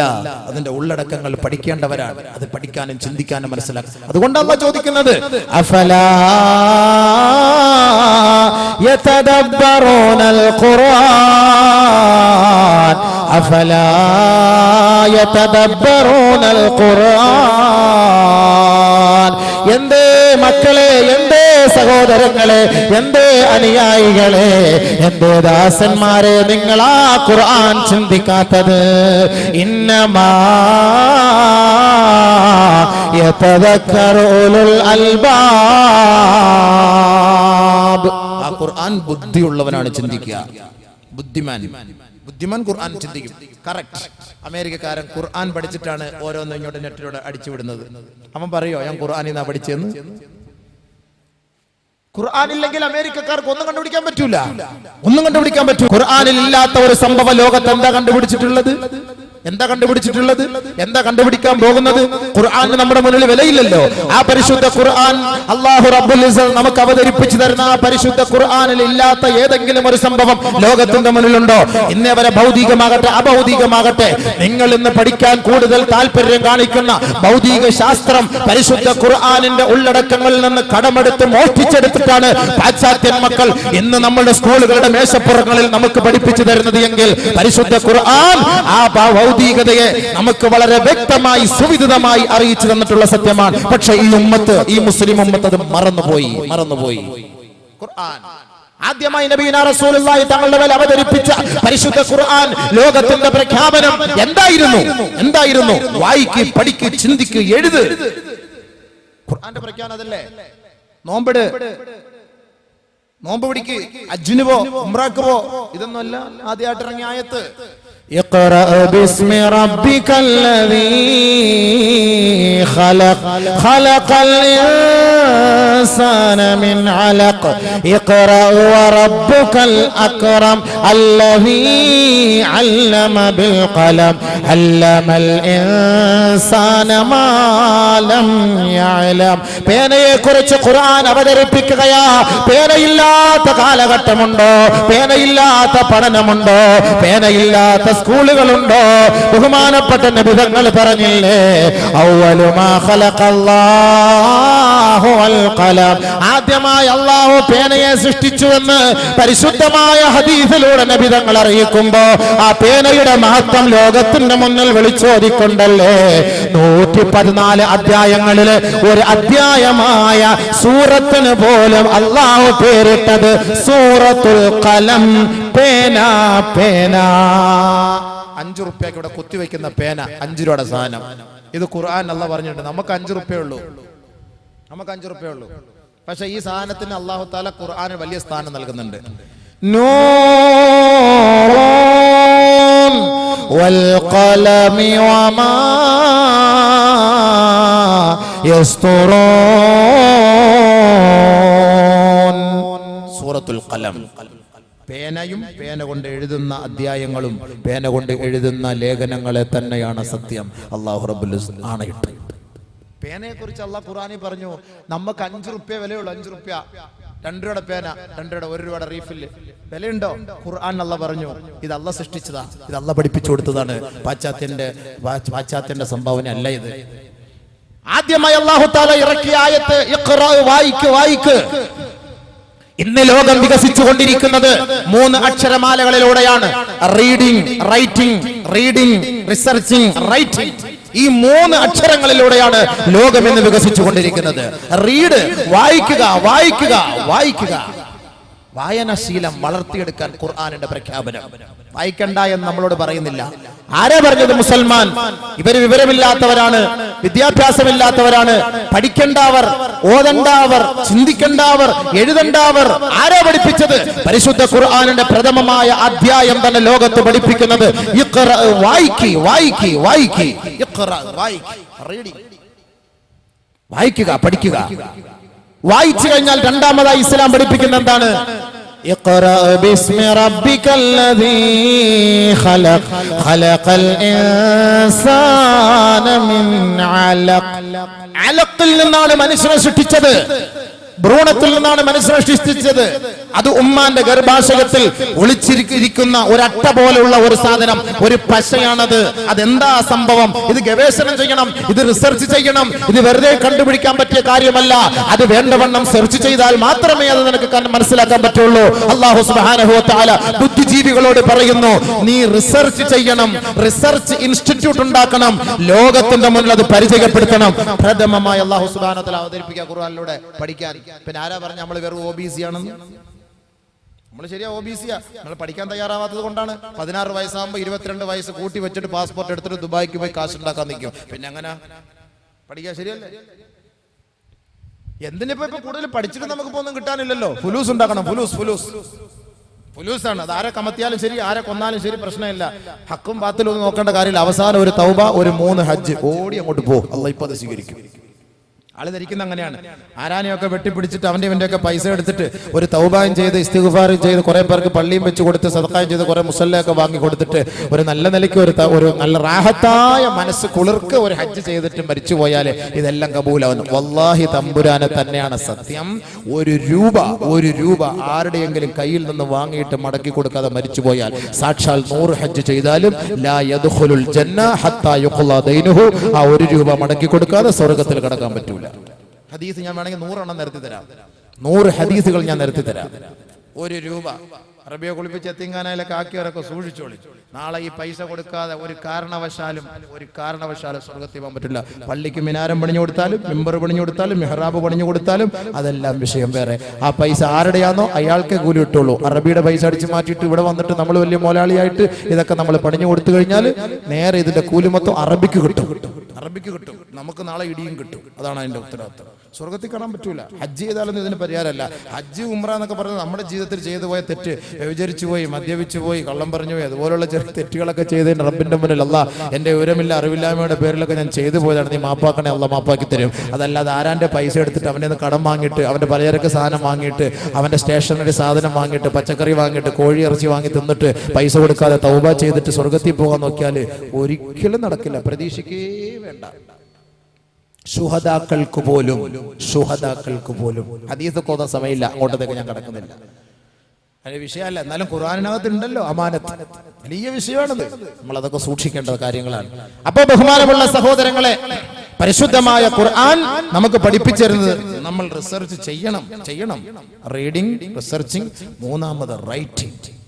W അത് സൈലന്റ് ആണെങ്കിലും നമ്മൾ റൈറ്റ് എന്ന നമ്മൾ പറയാറുള്ളത്. എഴുതും. അല്ലാഹു തആല പേനയെ പരിചയപ്പെടുത്തി. ഈ 3 അക്ഷരങ്ങളെയാണ് ആദ്യം അല്ലാഹു ഇസ്ലാം പരിചയപ്പെടുത്തിയത്. ഖുർആനിന്റെ വശ്യസുന്ദരമായ ശൈലിയിലൂടെ അല്ലാഹു തആല ലോകത്തിന് വിദ്യയാണ് പഠിപ്പിച്ചു കൊടുത്തത്. പരിശുദ്ധ ഖുർആനിലേക്ക് നിങ്ങൾ കടന്നു നോക്കി. എന്തിനാണ് കുറവ്? ഏത് വിഷയത്തിലാണ് കുറവ്?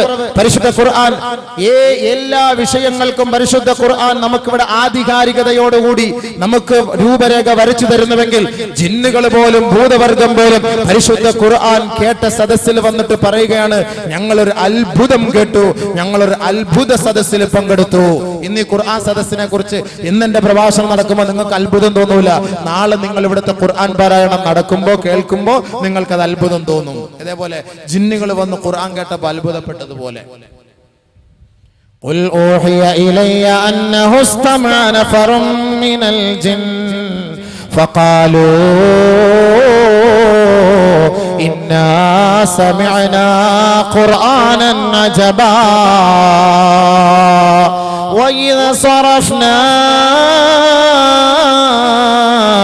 ഇലൈക നഫറൻ മിനൽ ജിൻ يستمعون القرآن فلما حضروا قالوا أنصتوا. പരിശുദ്ധ പ്രവാചകൻ മക്കാ പട്ടണത്തിൽ അല്ലാഹുവിന്റെ സന്ദേശവും പ്രതീക്ഷിച്ചു കൊണ്ടിരിക്കുമ്പോ പരിശുദ്ധ ജിബ്രീൽ അലൈഹിസ്സലാത്തു വസ്സലാം ഖുർആനിന്റെ ആയത്തുകളുമായി നബി തങ്ങളുടെ ഹദറത്തിലേക്ക് ഇറങ്ങുകയാണ്.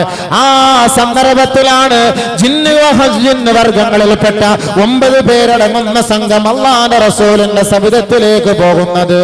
വഇദ് സ്വറഫ്നാ ഇലൈക നഫറം മിനൽ ജിന്നി യസ്തമിഊനൽ ഖുർആൻ. നബിയേ, പരിശുദ്ധമായ ഖുർആനിന്റെ വശ്യസുന്ദരമായ ശൈലി കേൾക്കുവാൻ, അതിന്റെ ആശയങ്ങൾ ഉൾക്കൊള്ളുവാൻ, അതിന്റെ ഓരോ വാക്കുകളും വചനങ്ങളും അടർത്തിയെടുക്കുവാൻ അവിടുത്തെ സദസ്സിലേക്ക് ജിന്ന് വർഗങ്ങളെ നാം നിയോഗിച്ച സന്ദർഭം നബിയേ അങ്ങ് അയവിറക്കണമേ. ആ ജിന്ന് വർഗം അവിടുത്തെ സദസ്സിലേക്ക് കടന്നു വന്നപ്പോ പരിശുദ്ധ ഖുർആൻ കേട്ട മാത്രയിൽ അവർ പറഞ്ഞില്ലയോ, മിണ്ടരുതേ, സംസാരിക്കരുതേ, സശ്രദ്ധം ഈ ആയത്തുകൾ നിങ്ങൾ ശ്രവിക്കണമേ. ജിന്നുകൾ പോലും പറഞ്ഞു. നബി സല്ലല്ലാഹു അലൈഹി വസല്ലം തങ്ങളുടെ ഹദ്റത്തിൽ വന്നപ്പോ ഈ ആയത്ത് വല്ലാത്ത അത്ഭുതമാണ്. ബാക്കിയുള്ളവരൊക്കെ സംസാരിച്ചു കൊണ്ടിരുന്നു. സംസാരിക്കരുത്. അതുകൊണ്ട് തന്നെയാണ് അലി റളിയല്ലാഹു അൻഹു പറഞ്ഞത് 6 സ്ഥലങ്ങളിലെ സംസാരങ്ങളിൽ അവരുടെ അമലുകൾ 30 വർഷത്തെ നഷ്ടപ്പെട്ടു പോകുമെന്ന്. അൽ ഹദീസു ഫിൽ മസ്ജിദ് യുഹ്ബിതു അമല 30 സന. മസ്ജിദുകളിൽ അല്ലാഹുവിന്റെ ഭവനങ്ങളിൽ അനാവശ്യമായ സംസാരം നടത്തിയാൽ 30 വർഷത്തെ അമലുകൾ അവന് നഷ്ടപ്പെട്ടു പോകുമെന്ന് മഹാനായ അലിയാർ തങ്ങൾ പറയണമെങ്കിൽ വൽ ഹദീസു ഇൻദ തിലാവത്തിൽ ഖുർആൻ, ഖുർആൻ പാരായണം ചെയ്യുന്ന സദസ്സിലുള്ള സംസാരം യുഹ്ബിതു അമല 30 സന, 30 വർഷത്തെ അമലുകൾ നഷ്ടപ്പെടുത്തി കളയുമത്രേ. അൽ ഹദീസു ഇൻദ മജ്ലിസിൽ ഇൽമ്, ഇൽമിന്റെ മജ്ലിസിലുള്ള അനാവശ്യ സംസാരമുണ്ടല്ലോ, യുഹ്ബിതു അമല 30 സന, 30 വർഷത്തെ അമലുകൾ നഷ്ടപ്പെടുത്തി കളയുമത്രേ. അൽ ഹദീസു ഇൻദൽ അദാൻ, ബാങ്ക് വിളിയുടെ സന്ദർഭത്തിൽ ബാങ്ക് വിളിക്കുമ്പോഴുള്ള സംസാരം. അൽ ഹദീസു ഇൻദൽ മയ്യത്ത്, മയ്യത്ത് വീട്ടിലുള്ള അനാവശ്യ സംസാരം. അൽ ഹദീസു ഇൻദൽ മഖാബിർ, മഖ്ബറകളിലുള്ള അനാവശ്യ സംസാരം. യുഹ്ബിതു അമല 30 സന, 30 വർഷത്തെ അമലുകൾ നഷ്ടപ്പെടുത്തി കളയുമത്രേ. മജ്ലിസുൽ ഇൽമ്, ഖുർആനിന്റെ സദസ്സിൽ വന്നിരുന്ന് സംസാരിച്ചാൽ അമലുകൾ നഷ്ടപ്പെട്ടു പോകും. അതുകൊണ്ട് തന്നെയാണ് ജിന്നുകൾ പോലും താക്കീത് ചെയ്തത്. ജിന്നുകൾ പോലും പറഞ്ഞത് എന്താ? വഇദ സറഫ്നാ ഇലൈക നഫറൻ മിനൽ ജിൻ യസ്തമിഊനൽ ഖുർആൻ ഫലമ്മാ ഹളറൂ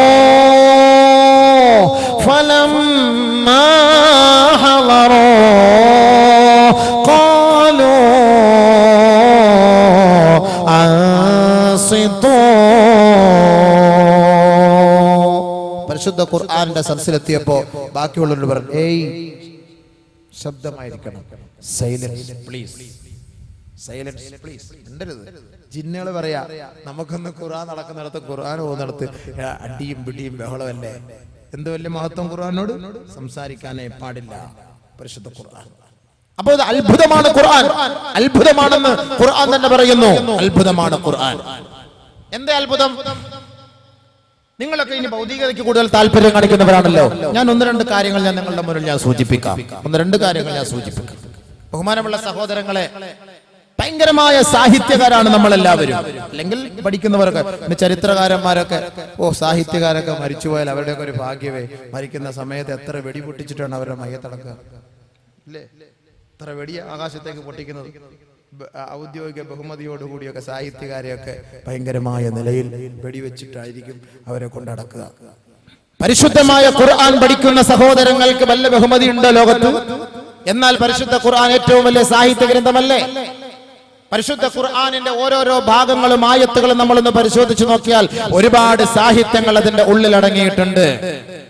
അല്ലാഹു സുബ്ഹാനഹു തആല ഒരായത്തിൽ ഒരു അക്ഷരം കൊണ്ട് തന്നെ ഒരു വാക്കിനെ 10 സ്ഥലത്ത് 10 പ്രാവശ്യമായിട്ട് അല്ലാഹു സുബ്ഹാനഹു തആല ഒരു അക്ഷരത്തെ ഒരു കാര്യം പറയാൻ അല്ലാഹു ഉപയോഗിച്ചു. ഒരേ ഒരു അക്ഷരം തന്നെ, ഖാഫ്. ഖാഫ്. واتل عليهم نبأ ابني آدم بالحق إذ قربا قربانا فتقبل من أحدهما ولم يتقبل من الآخر قال لا أقتلنك قال إنما يتقبل الله من المتقين. ചെറിയ ഒരു കാര്യം പറയാൻ അള്ളാഹുവിടെ ഉപയോഗിച്ചത് 10 അക്ഷരങ്ങൾ. ഖാഫ്, ഒരൊറ്റ അക്ഷരമായ അത് 10 സ്ഥലത്തായിട്ട് ഖാഫ്, ഒരു ചെറിയ അക്ഷരം. എല്ലാം ഖാഫ് ഖാഫ് ഖാഫ്. ഒരു സാഹിത്യരെ കൊണ്ട് പറ്റുന്ന കാര്യമല്ല, ഒരു ചെറിയ ഒരു കാര്യം പറയാൻ വേണ്ടി. ആയത്തും കാര്യങ്ങളും സംഭവങ്ങൾ വിശദീകരിക്കല്ല, പെട്ടെന്ന് പറഞ്ഞു ഖുർആനിനെ മൊത്തത്തിലൊന്ന് പരിചയപ്പെടുത്തുന്നു. അതിന് നബി സ്വല്ലല്ലാഹു അലൈഹി വസല്ലമയുടെ മക്കളുടെ കൊലയെ കുറിച്ച് അല്ലാഹു സുബ്ഹാനഹു വ തആല ഇവിടെ ചർച്ച ചെയ്യാൻ. ഇവിടെ 10 ഖാഫ് കൊണ്ട് അല്ലാഹു തആല ഒരു കളി കളിച്ചു. 10 ഖാഫ്. നൂഹ് നബി സ്വല്ലല്ലാഹു അലൈഹി വസല്ലമയുടെ സംഭവത്തെ കുറിച്ച് പറയുമ്പോൾ 16 മീം ഉപയോഗിച്ചിട്ട് അല്ലാഹു സുബ്ഹാനഹു വ തആല ഒരു വാക്ക് ഇവിടെ ഉപയോഗിച്ചു. قيل يا نوح اهبط بسلام منا وبركات عليك وعلى ممن معك وأمم سيمتعهم ثم يمسهم منا عذاب أليم. നൂഹ് നബി അലൈഹി സ്വലാത്തു വസ്സലാമിനെ കുറിച്ച് ചർച്ച ചെയ്തപ്പോൾ 16 മീം അവിടെ ഉപയോഗിച്ചു.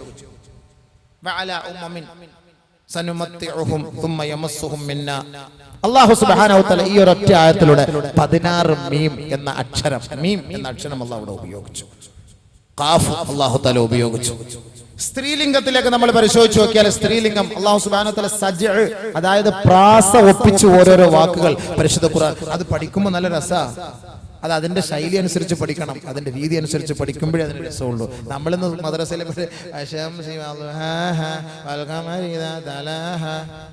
ഈ തലയും പാലും ഇന്നത്തെ ഓത്ത് ഇതൊക്കെ എന്താ പഠിക്കുക? തജ്വീദിന്റെ രീതി അനുസരിച്ച് നമ്മൾ പഠിക്കേണ്ടത് പോലെ പഠിക്കാറില്ല. അതിന്റെ ഉള്ളടക്കം ചിന്തിക്കേണ്ടത് പോലെ നമ്മൾ ചിന്തിക്കാറില്ല. സാഹിത്യം പഠിക്കേണ്ടവർക്കും പ്രാസമൊത്ത് കാര്യങ്ങൾ സംസാരിക്കാനും പ്രവർത്തിക്കാനും എഴുതാനും ഒക്കെ ആഗ്രഹിക്കുന്നവർക്കും ഖുർആനിലേക്ക് വാ. അവർക്ക് ഏറ്റവും വലിയ മഹത്തായ മാതൃക അതിനകത്ത് തന്നെയുണ്ട്.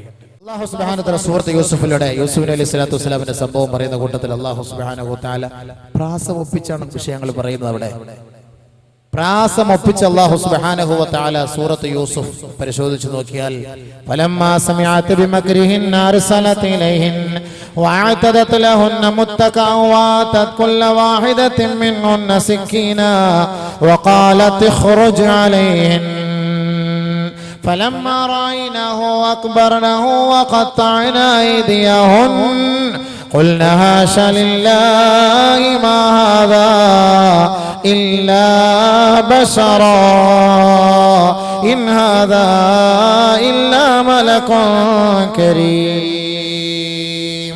ഇവിടെ അല്ലാഹു സുബ്ഹാനഹു വ തആല സ്ത്രീലിംഗത്തിന് ഉപയോഗിക്കുന്ന നൂൻ ഉപയോഗിച്ച് കുറേ സ്ഥലത്ത് ഉപയോഗിച്ച് അല്ലാഹു തആല അവതരിപ്പിച്ചു. ഫലമ്മാ സമിഅത് മക്രിഹിന്ന അർസലത് ഇലൈഹിന്ന ആതത് ലഹുന്ന മുത്തഖൻ വഅതത് കുല്ല വാഹിദത്തിൻ മിൻഹുന്ന സിക്കീന ഫലമ്മാ റഅയ്നഹു അക്ബർനഹു വഖത്തഅന അയ്ദിയഹുന്ന വഖുൽന.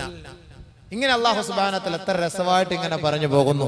മറ്റൊരായത്തിൽ വഖുൽ ലിൽ മുഅ്മിനാതി യഗ്ളുന്ന മിൻ അബ്സാരിഹിന്ന വയഅഫൽന ഫുറൂജഹുന്ന വലാ യുബ്ദീന സീനതഹുന്ന ഇല്ലാ മാ ളഹറ മിൻഹാ വൽയദ്രിബ്ന ബിഖുമരിഹിന്ന അലാ ജുയൂബിഹിന്ന വലാ യുബ്ദീന സീനതഹുന്ന ഇല്ലാ ലിബുഉലതിഹിന്ന ഔ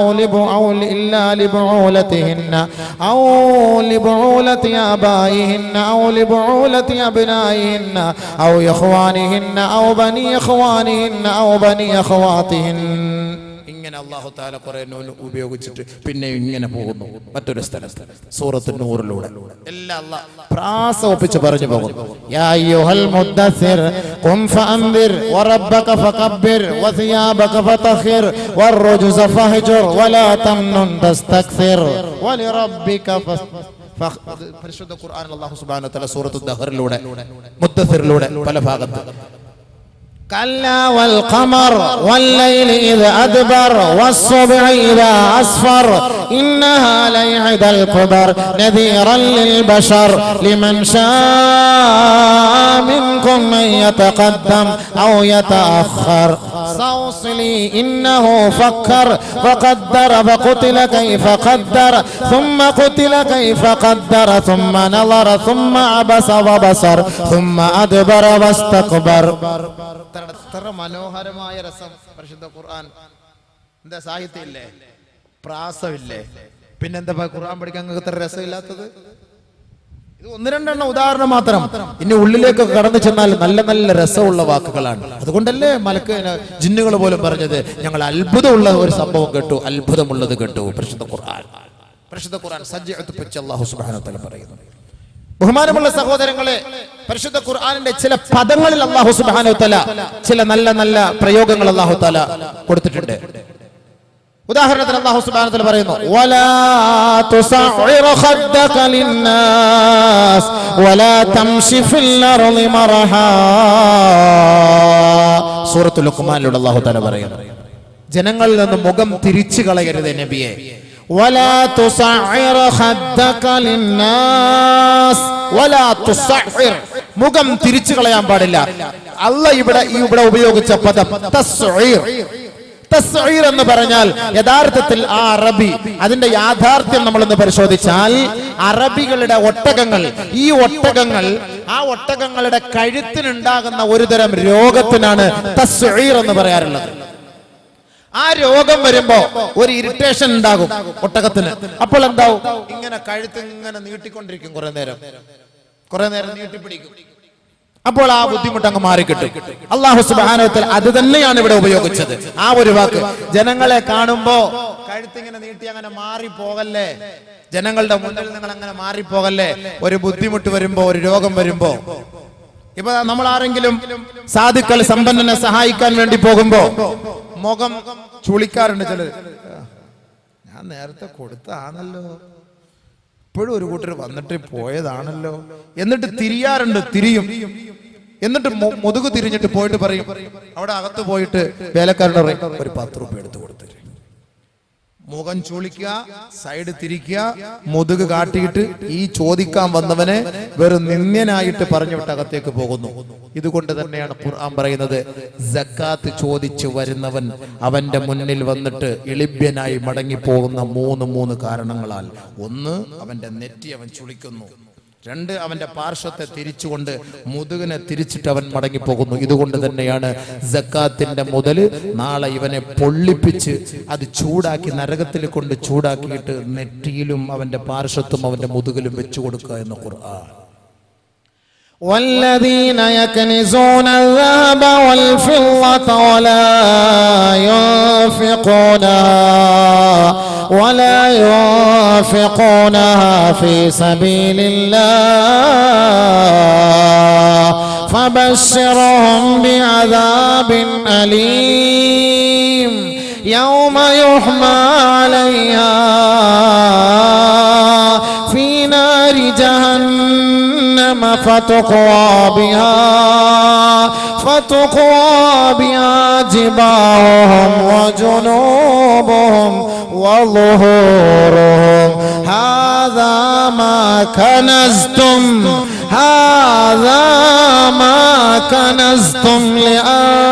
لأنفسكم فذوقوا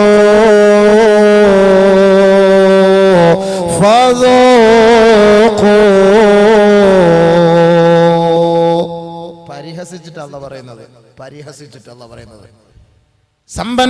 സമ്പന്നരെ സാധുക്കളുടെ വിഹിതമായ, പാവപ്പെട്ടവന്റെ വിഹിതമായ, അവന്റെ അത്താണിയായ നിങ്ങൾ സക്കാത്തിന്റെ വിഹിതം നിങ്ങളുടെ സമ്പത്തുമായി കൂട്ടിക്കുഴച്ചിട്ട് പാവപ്പെട്ടവന് കൊടുക്കാതെ നിങ്ങൾ മരിച്ചു പോയാൽ ആ സമ്പത്ത് മുഴുവനും എടുത്ത് അല്ലാഹു നരകത്തിന്റെ അഗ്നിയിലിട്ട് കത്തിച്ച് കൊടും ചൂടുള്ള നാണയത്തുട്ടാക്കിയിട്ട് യൗമ യുഹ്മാ അലൈഹാ ഫീ നാരി ജഹന്നം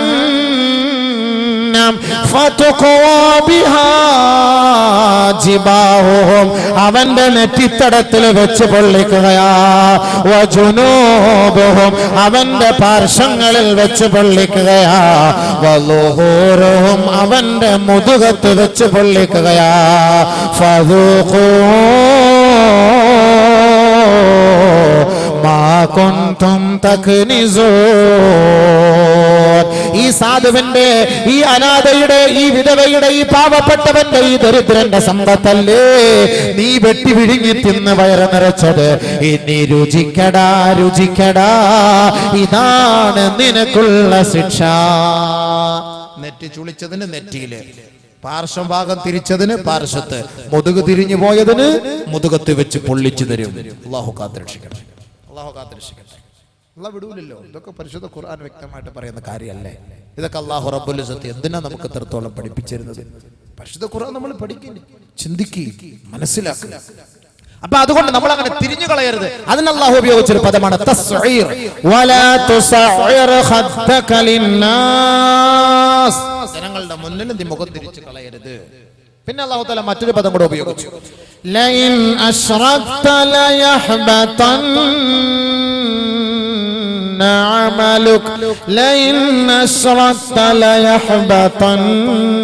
അമലുക നീ ശിർക്ക് വെച്ചാൽ, നീ അല്ലാഹ്ക്ക് പുറമേ മറ്റൊരാളെ ആരാധനയിൽ പങ്കാളിയാക്കിയാൽ ലയഹ്ബതന്ന അമലുക നിന്റെ അമലുകൾ മുഴുവനും നശിച്ചു പോകും. ഹുബൂത്ത് എന്ന് പറഞ്ഞാൽ ഒരു തരം വിഷപ്പുല്ലിന് പറയുന്ന പേരാണ് അറബിയിൽ ഹുബൂത്ത്. ലാ യഹ്ബത്തന്ന അമലുക, നിന്റെ അമൽ നശിച്ചു പോകുമെന്ന് അല്ലാഹു ഖുർആനിൽ പറയുമ്പോൾ ഹുബൂത്ത് എന്ന് പറഞ്ഞാൽ ഒരു തരം വിഷപ്പുല്ലാണ്. മൃഗങ്ങള് പുല്ല് കഴിച്ചുകൊണ്ടിരിക്കുന്നതിന്റെ ഇടയിൽ ഒരു പക്ഷേ തളർത്ത് കിളിച്ചു നിൽക്കുന്ന പുല്ലാണ് വിഷപ്പുല്ല്.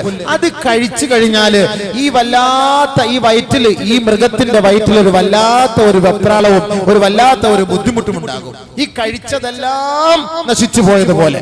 നേരത്തെ നല്ല ഭക്ഷണം കഴിച്ചുകൊണ്ടേയിരുന്നു, നല്ല പുല്ല് തിന്നുകൊണ്ടേയിരുന്നു, അതിനിടയിൽ ഒരു വിഷപ്പുല്ല് കഴിച്ചപ്പോ ആകെ മൊത്തം വയറ്റിൽ എന്താ പറയാ, ഒരു എന്തരാളിഫിക്കേഷൻ, മൊത്തത്തിലൊരു വല്ലാത്ത ഒരു ബുദ്ധിമുട്ട്. അപ്പൊ നേരത്തെ കഴിച്ചതുപോലെ നഷ്ടപ്പെട്ടു പോകും എന്നതുപോലെ തന്നെയാണ് ആരെങ്കിലും ഇബാദത്തിൽ ശിർക്ക് വെച്ചാൽ അവന്റെ മുൻ കഴിഞ്ഞുപോയ സകലമായ അമലുകളും അള്ളാഹു നശിപ്പിച്ചു കളയും എന്നർത്ഥം. എന്നാണ് അതിന്റെ അർത്ഥം. നിന്റെ അമലുകളിൽ നീ അല്പമെങ്കിലും ശിർക്ക് വെച്ചാൽ, ഈ പശു മൃഗം കഴിക്കുന്ന പുല്ല് അതിൽ ഒരു ചെറിയ തണ്ട് വിഷപ്പുല്ല് ഉണ്ടായിപ്പോയാൽ അതിന് മുഴുവനും അന്നതിന് ബുദ്ധിമുട്ടാണെങ്കിൽ ഇബാദത്തെടുക്കുമ്പോൾ അതിൽ അല്പമെങ്കിലും ശിർക്കിന്റെ അംശം വന്നു പോയാൽ സകലമാന അമലുകളും അള്ളാഹു നഷ്ടപ്പെടുത്തി കളയും. അവിടെ അള്ളാഹു ഉപയോഗിച്ചത് ആ വാക്കാണ്. പദത്തിൽ അള്ളാഹു പ്രയോഗിച്ചത് വാക്ക് കൃത്യമാണ്. അത് മനസ്സിലാക്കണം. ഇനി അക്ഷരങ്ങൾ എടുത്ത് പരിശോധിച്ചു, അക്കങ്ങൾ എടുത്ത് പരിശോധിച്ച് നോക്കി, അക്കങ്ങൾ എടുത്ത് പരിശോധിച്ചു. ഗണിതശാസ്ത്രം, അപ്പൊ ഇതൊക്കെ ഗണിതശാസ്ത്രമൊക്കെ ആരാ ഇപ്പൊ നമുക്ക് പഠിപ്പിച്ചത്? അങ്ങോട്ടേക്കൊന്നും കൂടുതൽ കടക്കുന്നില്ല. ഗണിതശാസ്ത്രവും ഭൗതികശാസ്ത്രവും ബയോളജിയും ഇതെല്ലാം നമുക്കൊന്ന് പഠിപ്പിച്ചെന്ന് ഖുർആനാണ്. നമുക്കുള്ളിലേക്ക് കടന്നാൽ ഒരുപാട് ഒരുപാട് രസകരമായ സംഭവങ്ങളിലേക്ക് നമുക്ക് കടക്കാൻ കഴിയും. പഠിക്കും, ചിന്തിക്കും, മനസ്സിലാക്കി. 1 2 3 4 5 6 7 8 9 10 ഈ അക്കങ്ങളൊക്കെ നമുക്ക് പഠിപ്പിച്ചെന്നാരാ? അത് നമ്മൾ സ്കൂളിൽ പോയിട്ട് പഠിച്ച ബാലപാഠം പഠിച്ചല്ലേ? എഞ്ചുവടിയാണ് ഞങ്ങൾക്ക് ഇതൊക്കെ പഠിപ്പിച്ചു തന്നത്. 1 2 3 4 5 6 7 8 9 10 ഇത് നമ്മൾ അങ്ങനെ പഠിച്ചിട്ടുള്ളൂ. ഖുർആൻ നമ്മൾ പഠിച്ചിട്ടില്ല. അല്ലാഹു സുബ്ഹാനഹു വ തആല ഖുർആനിൽ 1 2 3 4 5 6 7 8 9 10 11 12 ഇത് അല്ലാഹു ഖുർആനിൽ പഠിപ്പിക്കാതെ ഏത് എഞ്ചുവടിക്കാരൻ എഴുതാൻ പറ്റും? ഏത് ഗണിതശാസ്ത്രത്തിന് പഠിപ്പിക്കാൻ പറ്റും? ഏത് മാത്സിലെ ടീച്ചറിന് പഠിപ്പിക്കാൻ പറ്റും? ഇത് അല്ലാഹു സുബ്ഹാനഹു വ തആല നമുക്ക് പഠിപ്പിച്ചു തരാതെ ഈ ലോകത്ത് ആർക്കും പഠിക്കാൻ പറ്റൂല. അലാ തആമിൻ വാഹിദ് ഇദാ അർസൽനാ ഇലൈഹി മുസ്നൈൻ വയഖൂലൂ സയഖൂലൂന സലാസ ഫഖുദ് അർബഅത من الطير ويقولون 5 ولقد خلقنا السماوات والأرض 6 أيام سخرها عليهم 7 ليال و8 أيام حسوما وكان في المدينة 9 رهط تلك 10 كاملة 11 كوكبا إن عدة الشهور 12 شهرا. ഞാനിങ്ങനെ പല ആയത്തുകളാ ഓതിയത്. ഞാൻ 1 2 3 അലാ തആമിൻ വാഹിദ് വാഹിദ് ഇദാ അർസൽനാ ഇലൈഹിം ഇസ്നൈൻ സയഖൂലൂന സലാസ ഫഖുദ് അർബഅത മിന അത്തൈർ സയഖൂലൂന 5 ഖുർആൻ ഹത്തുള്ളതാണ്. വലഖദ് ഖലഖന അസ്സമാവാതി വൽ അർള വമാ ബൈനഹുമാ ഫീ 6 അയ്യാം 6 സഖറഹ അലൈഹിം 7 ലയാൽ സഖറഹ അലൈഹിം 7 ലയാൽ 7 و8 അയ്യാം 8 ദിവസം و8 وكان في المدينة 9 تلك 10 10 12 كوكب 11 നക്ഷത്രം 12 شهر 12 മാസം. ഖുർആൻ കലണ്ടർ ഒക്കെ ഉണ്ടാക്കിയത് ആരാ? ഖുർആൻ. 12 ഇന്ന ഇദ്ദത ശുഹൂർ ഇൻദല്ലാഹി 12 ശഹ്റ 12 മാസം ഖുർആനിലാണ് അല്ലാഹു പരിചയപ്പെടുത്തിയത്. അമേരിക്കക്കാരന്റെ സംഭവമൊന്നുമല്ല. ലോകം ഉണ്ടാക്കിയ സമയത്ത് തന്നെ 12 മാസം ഉണ്ടെന്ന് അല്ലാഹു പഠിപ്പിച്ചത്. ഇനി പരിശുദ്ധമായ സൂറത്ത് അല്ലാഹു സുബ്ഹാനഹു വ തആല ഒരു അക്കങ്ങളിൽ ഒരു അത്ഭുതം ഇവിടെ പഠിപ്പിക്കുന്നുണ്ട്.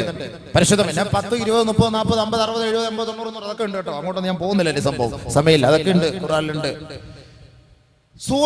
സൂറത്തുൽ കഹ്ഫിലൂടെ അം ഹസിബത അന്ന അസ്ഹാബൽ കഹ്ഫ് വറഖീം കാനൂ മിൻ ആയാതിനാ അജബാ എന്ന് തുടങ്ങുന്ന സൂറത്ത് കഹ്ഫിന്റെ 9ാമത്തെ ആയത്ത് മുതൽ 25ാമത്തെ ആയത്ത് വരെ നമ്മളൊന്ന് പരിശോധിച്ചു നോക്കിയാൽ വലബിസൂ ഫീ കഹ്ഫിഹിം 300 സിനീൻ വസ്ദാദൂ 9 അസ്ഹാബുൽ കഹ്ഫിനെ കുറിച്ച് അല്ലാഹു റബ്ബുൽ ഇസ്സത്ത് ഖുർആനിൽ പറയുമ്പോൾ 309 വർഷക്കാലത്തോളം ഗുഹാവാസികൾ ആ ഗുഹയ്ക്കകത്ത് ഉറങ്ങുകയായി.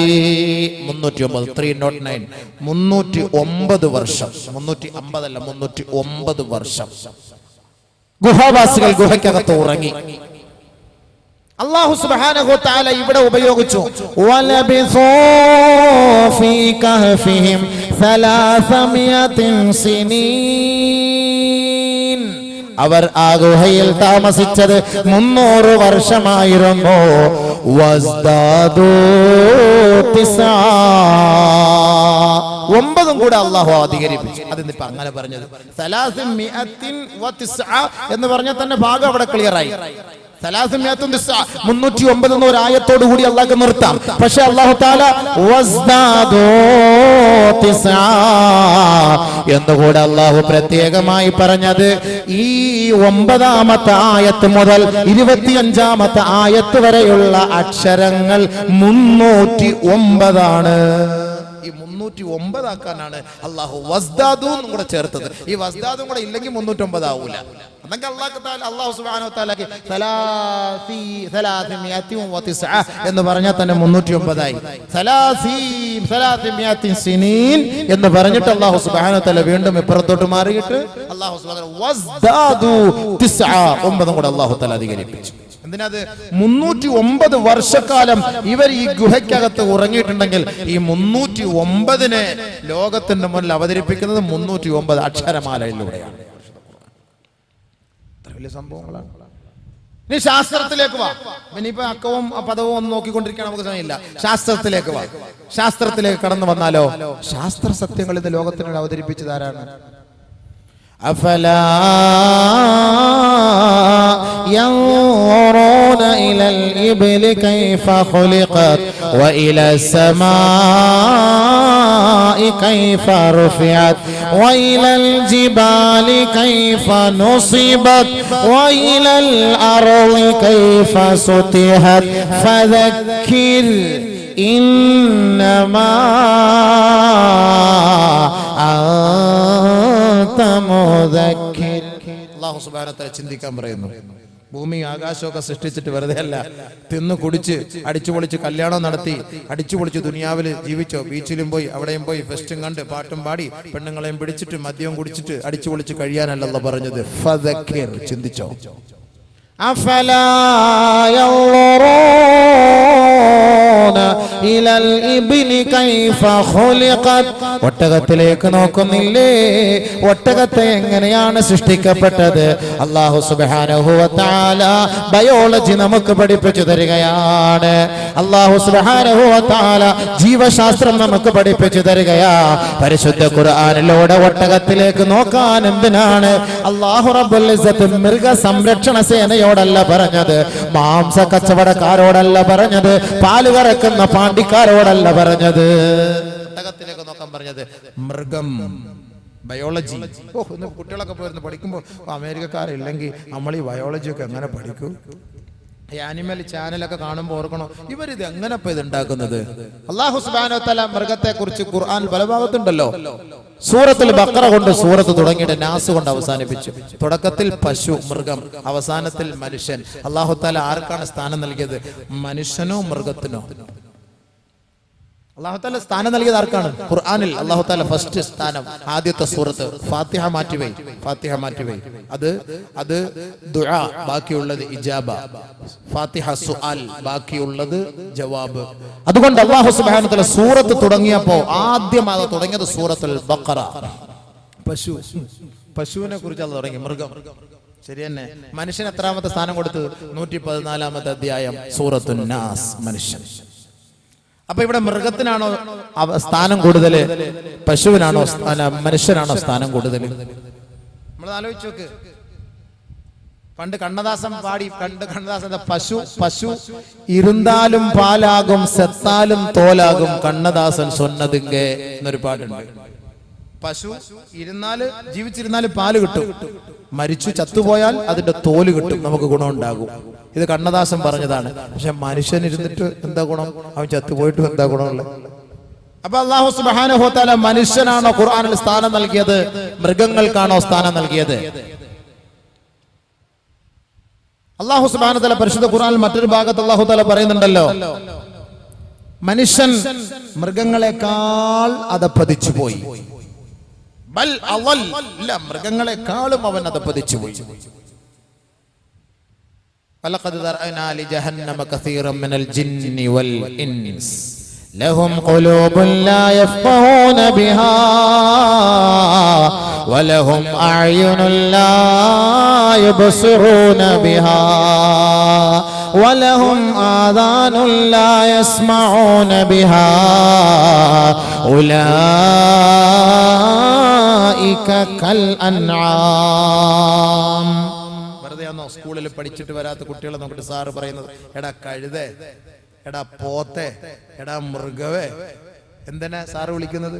എഴുതാത്തത്. ഞാൻ നടുക്ക് നോക്കിട്ടാ കാണിച്ച കേട്ടോ, ഞാൻ ഇപ്പുറത്തോട്ട് നോക്കിയില്ല അപ്പുറത്തോട്ടും നോക്കിയില്ല, ഈ റോഡിലേക്ക്. ഇനിയിപ്പോ നിങ്ങളെ എങ്ങാനും ആയിപ്പോയാലോ, ഞങ്ങൾ എന്നെ വിഷമിക്കണ്ട, ഞാൻ നടുക്ക് നോക്കിയിട്ടാ പറഞ്ഞേ. സാറന്മാർ വിളിക്കാറില്ലേ പഠിച്ചിട്ട് വരാത്ത കഴുതേ, പോത്തെ, മൃഗവേ എന്ന് വിളിക്കാറില്ലേ? ശരി, അള്ളാഹു നമ്മളെ അങ്ങനെ വിളിക്കുന്നുണ്ട്. എന്തിനാ പഠിക്കാത്തതിനെ കുറിച്ച് തന്നെ. ലഹും ഖുലൂബുൻ ലാ യഫ്ഖഹൂന ബിഹാ, ചിന്തിക്കാൻ അല്ലാഹു തആല ബുദ്ധി നൽകി, ചിന്തിക്കാറില്ല. ഉള്ള പെണ്ണുങ്ങളെ മുഴുവനും ചിന്തിച്ച് അവന്റെ ചിപ്പ് മുഴുവനും നിറഞ്ഞുപോയി, വൈറസും കയറിയിരിക്കുക നെഞ്ചിനകത്ത്. ഇനിയിപ്പോ എവിടെ ചിന്തിക്കാൻ, ഖുർആനെ കുറിച്ച് ചിന്തിക്കാൻ സമയമുണ്ടോ? എല്ലാ ലൈനും കയറി അടഞ്ഞിരിക്കുകയാണ്, ബ്ലോക്ക് ആയിരിക്കുകയാണ്. ഇനി ആൻജിയോഗ്രാമോ ആൻജിയോപ്ലാസ്റ്റോ ഓപ്പൺ സർജറിയോ ചെയ്തെങ്കിൽ മാത്രമേ അതൊക്കെ പോകിട്ടുള്ളൂ. ഇത് മൊത്തം ഇതിൽ കയറി അടഞ്ഞിരിക്കുകയാണ് സംഭവം. മെമ്മറി കാർഡ് നിറഞ്ഞു. ലാ യഫ്ഖഹൂന ബിഹാ വലഹും അഅ്യുനുൻ ലാ യുബ്സിറൂന ബിഹാ. സിനിമയും സീരിയലും കാണാൻ ഇവിടെ സമയമില്ലായിരിക്കുമ്പോഴാ ഇനി അള്ളാന്റെ ദൃഷ്ടാന്തങ്ങൾ കണ്ട് ആസ്വദിക്കാൻ പോകുന്നത്.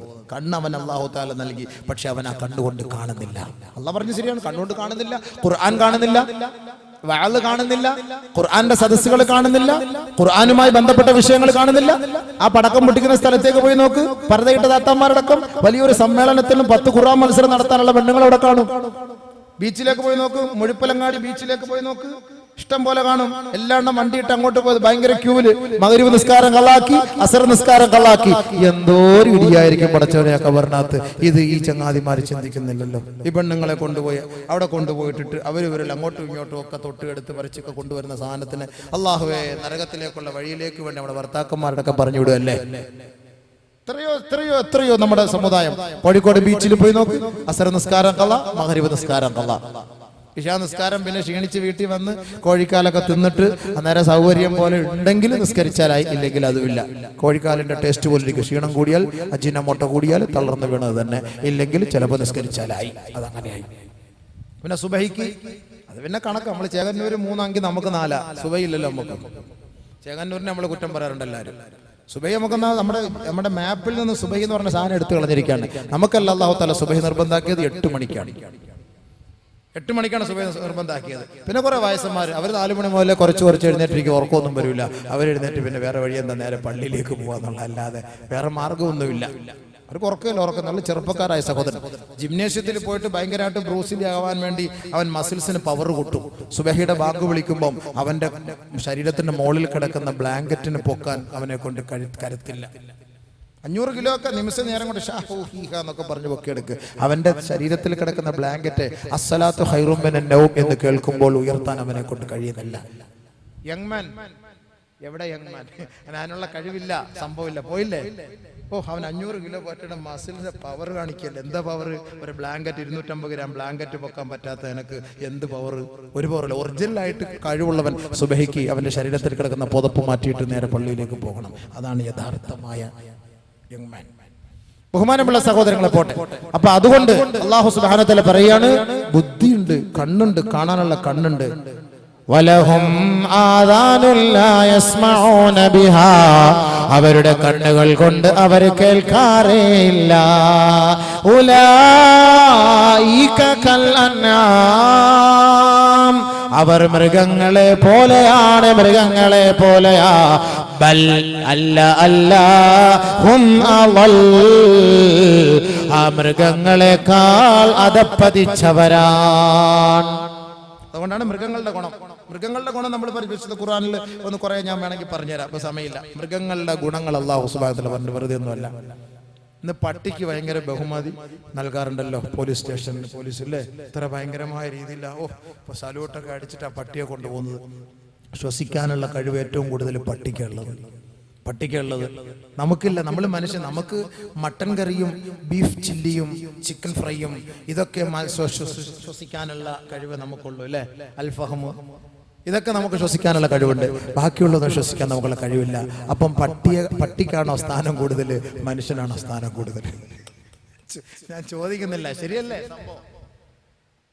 ചിന്തിച്ചാൽ നമ്മൾ അങ്ങനെ ഉണ്ടാവും. പക്ഷെ ആരെങ്കിലും എടാ പട്ടി നമ്മളെ വിളിച്ചാലോ അവന്റെ തലവന്നെ കാണുമോ? റബ്ബേ, റെയിൽവേ സ്റ്റേഷനിലായിരിക്കും അവന്റെ തല. സ്ഥാനം കൂടുതൽ ആർക്കാണ്? ബഹുമാനമുള്ള സഹോദരങ്ങളെ, ഓരോ മൃഗങ്ങളെ കുറിച്ച് എടുക്കുമ്പോൾ ഓരോന്നിനും പവർ ഉണ്ട്, കാണാനുള്ള കഴിവ്, കേൾക്കാനുള്ള കഴിവ്, അതൊക്കെ ഓരോന്നുണ്ട്. ഞാൻ അങ്ങോട്ടേക്ക് കടക്കുന്നില്ല.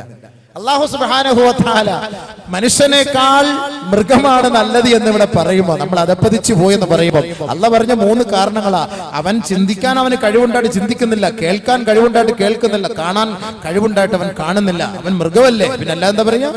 മൃഗമല്ലേ അവൻ, മൃഗത്തെക്കാളും മോശം. കാരണം മൃഗത്തെ നമ്മൾ നല്ല നിലയിൽ പരിചരിച്ചാൽ പോലീസ് പോലും പട്ടിക്ക് സല്യൂട്ട് അടിക്കണമെങ്കിൽ ആ മൃഗം പോലീസിനേക്കാളും ശ്രേഷ്ഠനായതുകൊണ്ടാണ്, ശ്രേഷ്ഠ ജീവി ആയതുകൊണ്ടാണ്. അല്ലെങ്കിൽ സല്യൂട്ട് അടിക്കേണ്ട കാര്യമില്ലല്ലോ.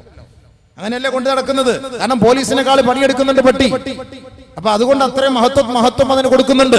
പരിശുദ്ധ ഖുർആനിൽ അല്ലാഹു സുബ്ഹാനഹു വ തആല കൊതുകിന് സ്ഥാനം നൽകി, ആനയ്ക്ക് സ്ഥാനം കുറച്ചു.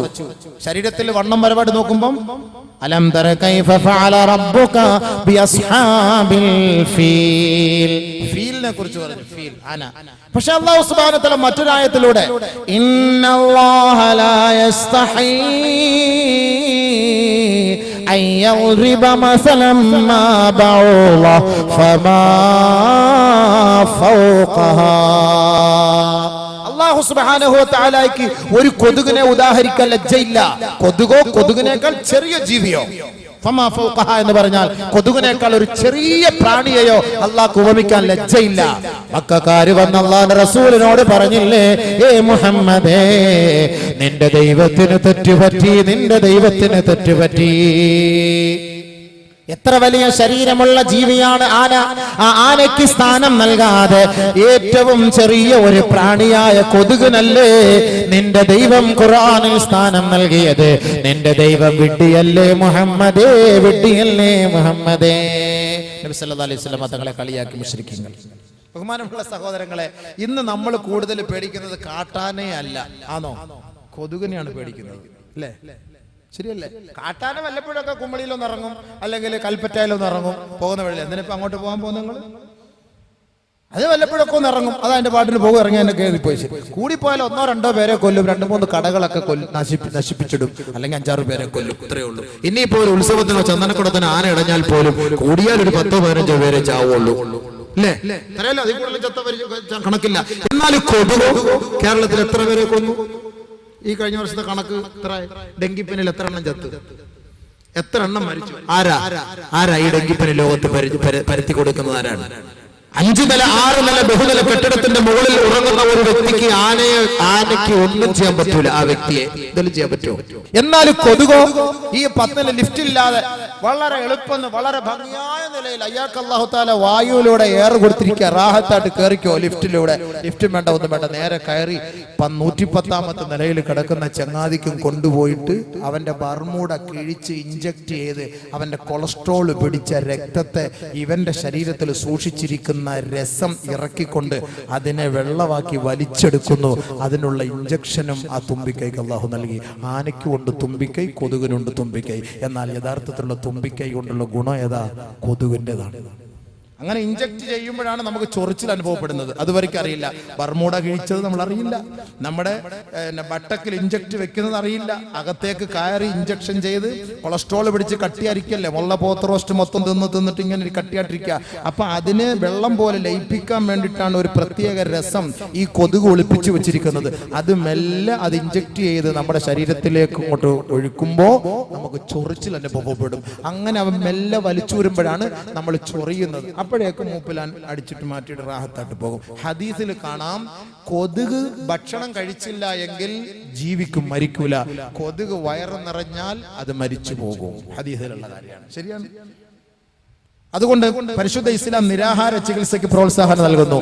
നിരാഹാരം കിടന്നാൽ, ഭക്ഷണം കുറച്ചാൽ ആയുസ് കൂടുതൽ കിട്ടും. വയറ് നിറച്ച് തിന്നാൽ പെട്ടെന്ന് അറ്റാക്ക് വരും. അതാണ് എന്റെ ഹദീസിനകത്തുള്ളതാണ്. ഇന്നൽ ബഅൂലത മാ ശാജാ തഹ്യാ മാ ജഅത്. കൊതുക് വയറ് നിറച്ചാൽ തഹ്യാ മാ ജഅത്, അത് വിശന്നാൽ അത് ജീവിക്കും. അത് വയറ് നിറച്ചാൽ അത് ചത്തുപോകും. ഇത് നബി സല്ലല്ലാഹു അലൈഹി വസല്ലം തങ്ങൾ പറഞ്ഞ കാര്യമാണ്. അപ്പൊ ഈ കൊതുകിനുള്ള ഈ ഗുണം ആനയ്ക്കുണ്ടോ? ഇല്ല. അപ്പൊ അല്ലാഹു തആല ഖുർആനിൽ ഉപമിക്കേണ്ടത് ഏതാണ്? കൊതുകിനെയാണോ ആനയാണോ? വലഖദ് ളറബ്നാ ലിന്നാസി. പരിശുദ്ധ ഖുർആനിലേക്ക് ധാരാളം ഉദാഹരണങ്ങൾ ഞാൻ നൽകിയിട്ടുണ്ടെന്ന് പരിശുദ്ധ ഖുർആൻ അല്ലാഹു തആല പറയുന്നുണ്ട് പല ഭാഗങ്ങളിലായി. അപ്പൊ അല്ലാഹു സുബ്ഹാനഹു വ തആല കൊതുകിനെ ഇവിടെ നമുക്ക് പരിചയപ്പെടുത്തി, പിന്നെ എറുമ്പിനെ പരിചയപ്പെടുത്തി, പിന്നെ ചിലന്തിയെ പരിചയപ്പെടുത്തി. ചിലന്തിയൊക്കെ പരിചയപ്പെടുത്തുമ്പോൾ നമ്മൾ ആലോചിച്ച് നോക്ക്, പെണ്ണുങ്ങളെ ഏറ്റവും വലിയ ശത്രുവായി സാധനം. 50 ലക്ഷത്തിന്റെ 60 ലക്ഷത്തിന്റെ ഒക്കെ വീട് വെച്ചിട്ട് അടിച്ചു പൊളിച്ച് നല്ല ഏറ്റവും കൂടുതൽ അപെക്സ് പെയിന്റ് ഒക്കെ അടിച്ച് നല്ല റാഹത്താക്കി ഇട്ടിട്ട് ഹൗസ് വാമിങ്ങിന് ആളുകളെ വിളിക്കാൻ പോയിട്ട് തിരിച്ചു വരുമ്പോൾ വീടിന്റെ സമുച്ചയത്തില്, വീടിന്റെ സിറ്റ് ഔട്ടില്, വീടിന്റെ കോലായില് മുഴുവനും ഈ ബലാമുസീബത്ത് വല നെയ്തങ്ങ് പൂർത്തിയാക്കി വെക്കും. ഇതിങ്ങനെ അടിച്ച് പിന്നെയും അടിച്ച് നാളെ അടിച്ച്. 50 ലക്ഷത്തിന്റെ വീട് വെക്കണമെങ്കിൽ കുറഞ്ഞത് 10 മാസമെങ്കിലും വേണം, അല്ലെങ്കിൽ 6 മാസമെങ്കിലും വേണം, 1 വർഷമെങ്കിലും വേണം. ഈ ചിലന്തി നിമിഷ നേരം കൊണ്ട് 2 സെക്കൻഡ് നമ്മൾ വീട്ടിൽ നിന്ന് പുറത്തേക്ക് പോയിട്ട് മടങ്ങി വരുമ്പോ വീടിന്റെ കോലായിൽ നോക്കുമ്പോഴത്തേക്ക് നല്ല വിശാലമായ ഒരു പന്തൽ. നിമിഷ നേരം കൊണ്ട് അല്ലാഹു തആല ചിലന്തി അൻകബൂത്തിനെ ഖുർആനിൽ പരിചയപ്പെടുത്തി. മനുഷ്യനെക്കാളും ബുദ്ധി അതിനുണ്ട്. വെറുതെ അല്ല അല്ലാഹു തആല സൂറത്ത് വരെ നൽകി. അൻകബൂത്ത്, സൂറത്തുൽ അൻകബൂത്ത്. പരിശുദ്ധമായ ഖുർആനിൽ ഒരു സൂക്തം തന്നെ, സൂക്തത്തിന്റെ പേര് തന്നെ അൻകബൂത്ത് എന്ന് അല്ലാഹു തആല നൽകി. വെറുതെയാണോ ഇത്? അപ്പൊ ജീവശാസ്ത്രം എവിടെയാണ്? ഈ ജീവശാസ്ത്രം ഒട്ടകത്തിലേക്ക് നോക്കാൻ അല്ലാഹു തആല പറഞ്ഞു, അഫലാ യൻദുറൂന ഇലൽ ഇബ്ലി കൈഫ ഖുലിഖത്. എന്താ ഈ ഒട്ടകത്തിന്റെ പ്രത്യേകത? 51 ഡിഗ്രി സെൽഷ്യസിൽ തിളച്ചു മറിയുന്ന സഹാറ മരുഭൂമി, ആ ചുട്ടുപഴുത്ത് കിടക്കുന്ന മരുഭൂമിയുടെ മണൽപ്പരപ്പിലൂടെ വർത്തകവാഹ കൂട്ടങ്ങളെയും ആളുകളെയും വഹിച്ചുകൊണ്ട് എത്ര വലിയ സാധനങ്ങളായാലും യാത്രാ സാമഗ്രികളാണെങ്കിലും ഈ തിളച്ചു മറിഞ്ഞു കിടക്കുന്ന ഈ മണൽപ്പരപ്പിലൂടെ യഥേഷ്ടം കിലോമീറ്ററിൽ 25 മണിക്കൂറിൽ 25 കിലോമീറ്റർ വേഗതയിൽ ദിവസം തോറും 100 കിലോമീറ്റർ സഞ്ചരിക്കാനുള്ള കഴിവ് അല്ലാഹു തആല ഈ ഒട്ടകത്തിനാണ് നൽകിയത്. മണിക്കൂറിൽ 25 കിലോമീറ്റർ സ്പീഡില് 100 കിലോമീറ്റർ സഞ്ചരിക്കും ദിവസം ഈ ഒട്ടകം വെള്ളം കുടിക്കാതെ. 51 ഡിഗ്രി സെൽഷ്യസ് ചൂടില് നിങ്ങള് സൈദാർ പള്ളിയിൽ നിന്ന് സ്റ്റേഡിയം പള്ളി വരെ ചെരുപ്പില്ലാതെ ആരെങ്കിലും ഹൈവേ റോഡിലൂടെ വരാവോ? നട്ടുച്ചക്ക് ലോഹർ നിസ്കരിക്കാൻ ചെരുപ്പില്ലാതെ സൈദാർ പള്ളിയിൽ നിന്ന്, എനിക്കപ്പോ അവിടെ എനിക്കറിയില്ല, ഈ കണ്ണൂരത്ത് എനിക്ക് പറയാൻ അറിയില്ല, കാരണം അവിടം വരെ പ്രസംഗിക്കാൻ വന്നിട്ടുണ്ട്, ഇങ്ങോട്ട് വന്നിട്ടില്ലല്ലോ. അപ്പൊ അതുകൊണ്ട് സൈദാർ പള്ളിയിൽ നിന്ന് സ്റ്റേഡിയം പള്ളി വരെ ഉച്ച സമയത്ത് ലോഹറിന്റെ സമയത്ത് ചെരുപ്പില്ലാതെ ആർക്കെങ്കിലും നടന്നു വരാൻ പറ്റുമോ? നഗ്നപാതകനായിട്ട് ആർക്കെങ്കിലും വരാൻ പറ്റുമോ? എന്നാൽ ഒട്ടകത്തെയാണ് അല്ലാഹു സുബ്ഹാനഹു വ തആല അതിനു വേണ്ടി ലോകത്ത് നിയോഗിച്ചത്. അതുകൊണ്ട് ഒട്ടകത്തിലേക്ക് നോക്കാനാണ് പറഞ്ഞത്. അഫലാ യൻദുറൂന ഇലൽ ഇബ്ലി കൈഫ ഖുലിഖത്. ഒട്ടകത്തെ എങ്ങനെയാണ് സൃഷ്ടിച്ചത്? ജീവശാസ്ത്രം ആരാണ് ലോകത്തിന് മുന്നിൽ പരിചയപ്പെടുത്തുന്നത്? ബയോളജി ആരാണ് ലോകത്തിന് മുന്നിൽ പരിചയപ്പെടുത്തുന്നത്? പരിശുദ്ധ ഖുർആൻ. ഇനി ധാരാളം സംഭവങ്ങൾ ഖുർആനിന്റെ ഉള്ളടക്കങ്ങളിലൂടെ, വീക്ഷണങ്ങളിലൂടെ നമ്മൾ ഉള്ളിലേക്ക് അഴച്ചെന്നാൽ നമുക്ക് അറിയാൻ കഴിയും. അതുകൊണ്ട് നമ്മൾ ചിന്തിക്കണം. ആകാശത്തിലേക്ക് നോക്കുന്നില്ലേ? ആകാശത്തെ എങ്ങനെയാണ് ഉയർത്തപ്പെട്ടിട്ടുള്ളത്? അല്ലാഹു സുബ്ഹാനഹു വ തആല ആകാശത്തെ കുറിച്ച് നമുക്ക് ചർച്ച ചെയ്യുമ്പോൾ ആകാശത്തിന്റെ ഒരുപാട് അത്ഭുതങ്ങളും സംഭവങ്ങളെ കുറിച്ചൊക്കെ നമുക്ക് ചർച്ച ചെയ്യാനുണ്ട്. വെറുതെ ഒന്നും അല്ല. അല്ലാഹു സുബ്ഹാനഹു ഇന്നിപ്പോ ഗാലക്സിയുടെ ഒക്കെ കണക്കുകളൊക്കെ നമ്മൾ ചരിത്രങ്ങൾ പഠിക്കാറുണ്ടല്ലോ, അതൊക്കെ വളരെ വിശാലമായ ചർച്ചയാണ്. അല്ലാഹു സുബ്ഹാനഹു വ തആല പറയുന്നു, വസ്സമാഅ ബനൈനാഹാ ബിഐദിൻ വഇന്നാ ലമൂസിഊൻ. വെറുതെയല്ല ആകാശത്തേക്ക് നോക്കാൻ പറഞ്ഞത്. അല്ലാഹു സുബ്ഹാനഹു വ തആല പറയുകയാണ്, ആകാശത്തിന്റെ പണി നാം നിർത്തിവെച്ചിട്ടേ ഇല്ല. പൂർവാധികം ശക്തിയോടുകൂടി ആകാശത്തെ നാം വിശാലപ്പെടുത്തിക്കൊണ്ടിരിക്കുകയാ. അതുകൊണ്ട് വൈലസമായി കൈഫ റുഫിയത്, ആകാശത്തേക്ക് നോക്കുന്നില്ലേ? ആകാശത്തെ എങ്ങനെയാണ് ഉയർത്തപ്പെട്ടിട്ടുള്ളത്? ഒരുപാട് സംഭവം. വൈലൽ ജിബാലി കൈഫ നുസിബത്, മൗണ്ടനോളജി, ഗോളശാസ്ത്രം പഠിപ്പിക്കുന്നു. അതൊക്കെ ഉദാഹരണം അടക്കം പറയാൻ കഴിയും. അൽഹംദുലില്ലാഹ് സമയം ഒക്കെ ആയിപ്പോയി. ആളുകളൊക്കെ എഴുന്നേൽക്കുന്നു, കാരണം ചാപ്പാടൊക്കെ അടിക്കാതെ നേരത്തെ വന്നിരിക്കല്ലേ. ഷുഗറും പ്രഷറും മറ്റേതൊക്കെ കാണുമല്ലോ. 2 മണിക്കൂറായി. ഞാൻ 2 മണിക്കൂർ പ്രസംഗിക്കാറില്ല, 1.5 മണിക്കൂർ ഞാൻ പ്രസംഗിക്കാറുള്ളൂ. പിന്നെ ഞങ്ങളൊക്കെ ഇങ്ങനെ സമാധാനത്തോടെ ഇരുന്നപ്പോൾ ഞാനും അങ്ങനെ പറഞ്ഞു പോയെന്നേ ഉള്ളൂ. കൂടുതൽ പ്രസംഗിച്ചിട്ട് ഇപ്പം എന്ത് ചെയ്യാനപ്പാ? എത്രയോ പ്രസംഗം കേട്ടിട്ട് പ്രസംഗിക്കുന്ന മൊഴിയാരും നന്നാവുന്നില്ല. പിന്നെ ഈ കേൾക്കുന്ന ആളെ ആരാ നന്നാവാൻ പോകുന്നത്? എന്തിപ്പോ ഈ പ്രസംഗം, ഇത്രയോ പ്രസംഗം. പിന്നെ നമ്മളൊരു തലയിൽ നമ്മുടെ മാഷ് നമ്മളെ വിളിച്ച് ഇവിടെ വരെ കൊണ്ടുവന്ന് അൽഹംദുലില്ലാഹ് ഇവിടെയൊക്കെ എത്തിച്ചു. ഇത്രയൊക്കെ സംസാരിക്കാനെങ്കിലും ഒരു ഭാഗ്യം കിട്ടി അൽഹംദുലില്ലാഹ്. ഈ മഹത്തായ ഖുർആന്റെ സദസ്സിൽ നിങ്ങൾക്കൊരു ഖുർആനെ കുറിച്ച് ഒരു ചെറിയ ഒരു ബോധം ഇട്ട് തന്നേ ഉള്ളൂ. ഒരു ചെറിയ ഒരു എന്താ പറയാ, ഇപ്പോൾ നമുക്ക് അതിനെക്കുറിച്ചൊന്ന് പഠിക്കാൻ വേണ്ടിയിട്ട് ഒരു ടെസ്റ്റ് ഡോസ്. നിങ്ങൾ ഇനി ബാക്കി നിങ്ങൾ പഠിച്ചോളി, മനസ്സിലായിക്കോളി. ആകാശത്തെക്കുറിച്ചും സമുദ്രത്തെക്കുറിച്ചും മൗണ്ടനോളജിയെക്കുറിച്ചും ഒക്കെ പരിശുദ്ധ ഖുർആൻ പഠിപ്പിക്കുന്നുണ്ട്. ഇതൊക്കെ നമ്മൾ പഠിക്കുന്ന ശാസ്ത്രത്തിന്റെ ഇതിന്റെ ഉള്ളിലേക്ക് ഖുർആനിലേക്ക് അറിയാൻ ഗാലക്സിയെ കുറിച്ചൊക്കെ, എത്രയോ ലക്ഷക്കണക്കിന് ഗാലക്സികൾ, ഇതിനെ കുറിച്ചൊക്കെ നമ്മൾ ഇന്ന് അധിവസിക്കുക ഗാലക്സി, ഇതിനെക്കുറിച്ചൊക്കെ ഖുർആൻ പഠിപ്പിക്കുന്നുണ്ട്. ഖുർആൻ നമുക്ക് വളരെ വ്യക്തമായ നിലയിൽ നമുക്ക് മാതൃകയായിട്ട് പഠിപ്പിക്കും. അതുകൊണ്ടാണ് ആകാശത്തേക്ക് നോക്കാൻ പറഞ്ഞത്. ഗ്രഹങ്ങളിലേക്ക് നോക്ക്, ഉപഗ്രഹങ്ങളിലേക്ക് നോക്ക്, ഗാലക്സികളിലേക്ക് നോക്ക്. വെറുതെ അല്ല അല്ലാഹു തആല നോക്കാൻ പറഞ്ഞത്. എൻ്റെ ഉപ്പ അല്ലെങ്കിൽ എൻ്റെ ഇക്ക ഗൾഫിൽ നിന്ന് ദുബായിൽ നിന്ന് വരുന്ന ഫ്ലൈറ്റാ നോക്ക്, കരിപ്പൂരിൽ നിന്ന് വന്നത് കണ്ട, പോകുന്നത് കണ്ട, അങ്ങോട്ട് നോക്കാനല്ല പറഞ്ഞത്. ആകാശത്തേക്ക് നോക്ക്, അവിടുത്തെ സംഭവങ്ങൾ കാണാനാണ് ഖുർആൻ. അതുകൊണ്ടാണ് പറഞ്ഞത് വൈലൽ അർളി കൈഫ സുത്തിഹത്, ഈ ഭൂമി എങ്ങനെയാണ് വിധാനിച്ചത്. ഭൂമിയെക്കുറിച്ച് ഭൂമിശാസ്ത്രം ഇന്ന് പഠിക്കുന്ന ഭൂമിശാസ്ത്രം ആര് പഠിപ്പിച്ചു? ഖുർആൻ. എങ്ങനെ വിശാലമായി ഭൂമി ഉരുണ്ടതാണെന്ന് പഠിപ്പിച്ചത് ഇസ്ലാമാണ്. ഗലീലിയോ ഒന്നുമല്ല ഭൂമി ഉരുണ്ടതാണെന്ന് പഠിപ്പിച്ചത്. Abu Rayhan Ahmad bin Ahmad al Biruni, Muhammad bin Ahmad al Biruni റഹ്മത്തുള്ളാഹി അലൈഹി ഭൂമി ഉരുണ്ടതാണെന്ന് പഠിപ്പിച്ചു. വൈദ്യശാസ്ത്രത്തിലേക്ക് കയറിയാൽ അബുൽ ഖാസിം സഹ്റവി റഹ്മത്തുള്ളാഹി അലൈഹി അത്തസ്തിഫ് എന്ന് പറയുന്ന ഗ്രന്ഥം പരിശോധിച്ചാൽ അൽ ഖാനൂൻ ഫി തിബ്, കാനോൻ എന്ന പേരിൽ ഇന്ന് മെഡിക്കൽ കോളേജുകളിൽ പഠിപ്പിക്കുന്ന ഈ വൈദ്യശാസ്ത്രത്തെക്കുറിച്ച് ആരാണ് ഉത്ബോധനം, എവിടെ നിന്ന് കിട്ടി? പരിശുദ്ധമായ ഖുർആൻ. വൈദ്യശാസ്ത്രത്തെക്കുറിച്ച് 6 മരുന്ന് ഖുർആനിൽ അല്ലാഹു തആല പറയുന്നു. 6 മരുന്ന് ഗുളിക, ഈ 2 വീതം രാവിലെയും 2 ഉച്ചയ്ക്ക് 2 വൈകിട്ട്. വനുനസ്സിലു മിനൽ ഖുർആനി മാ ഹുവ ശിഫാഉൻ വറഹ്മത്തുൽ ലിൽ മുഅ്മിനീൻ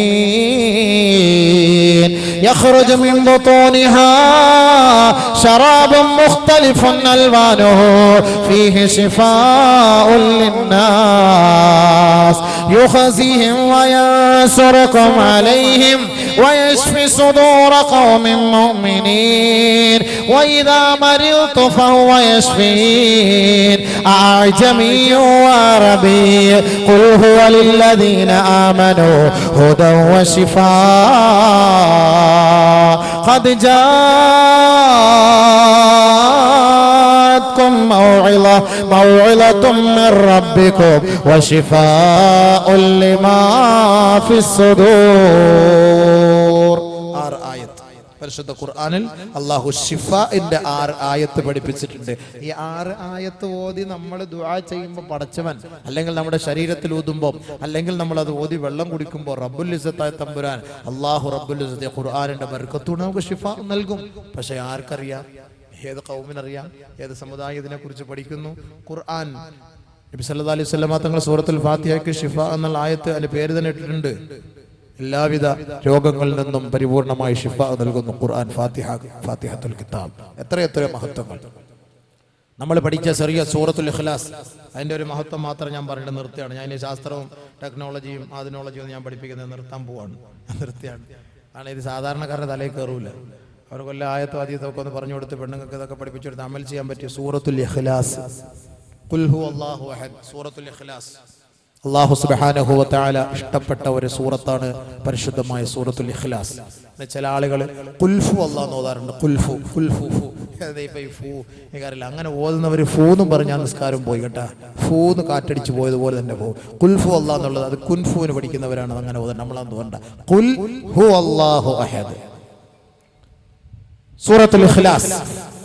قل هو الله أحد الله الصمد لم يلد ولم يولد ولم يكن له كفوا أحد.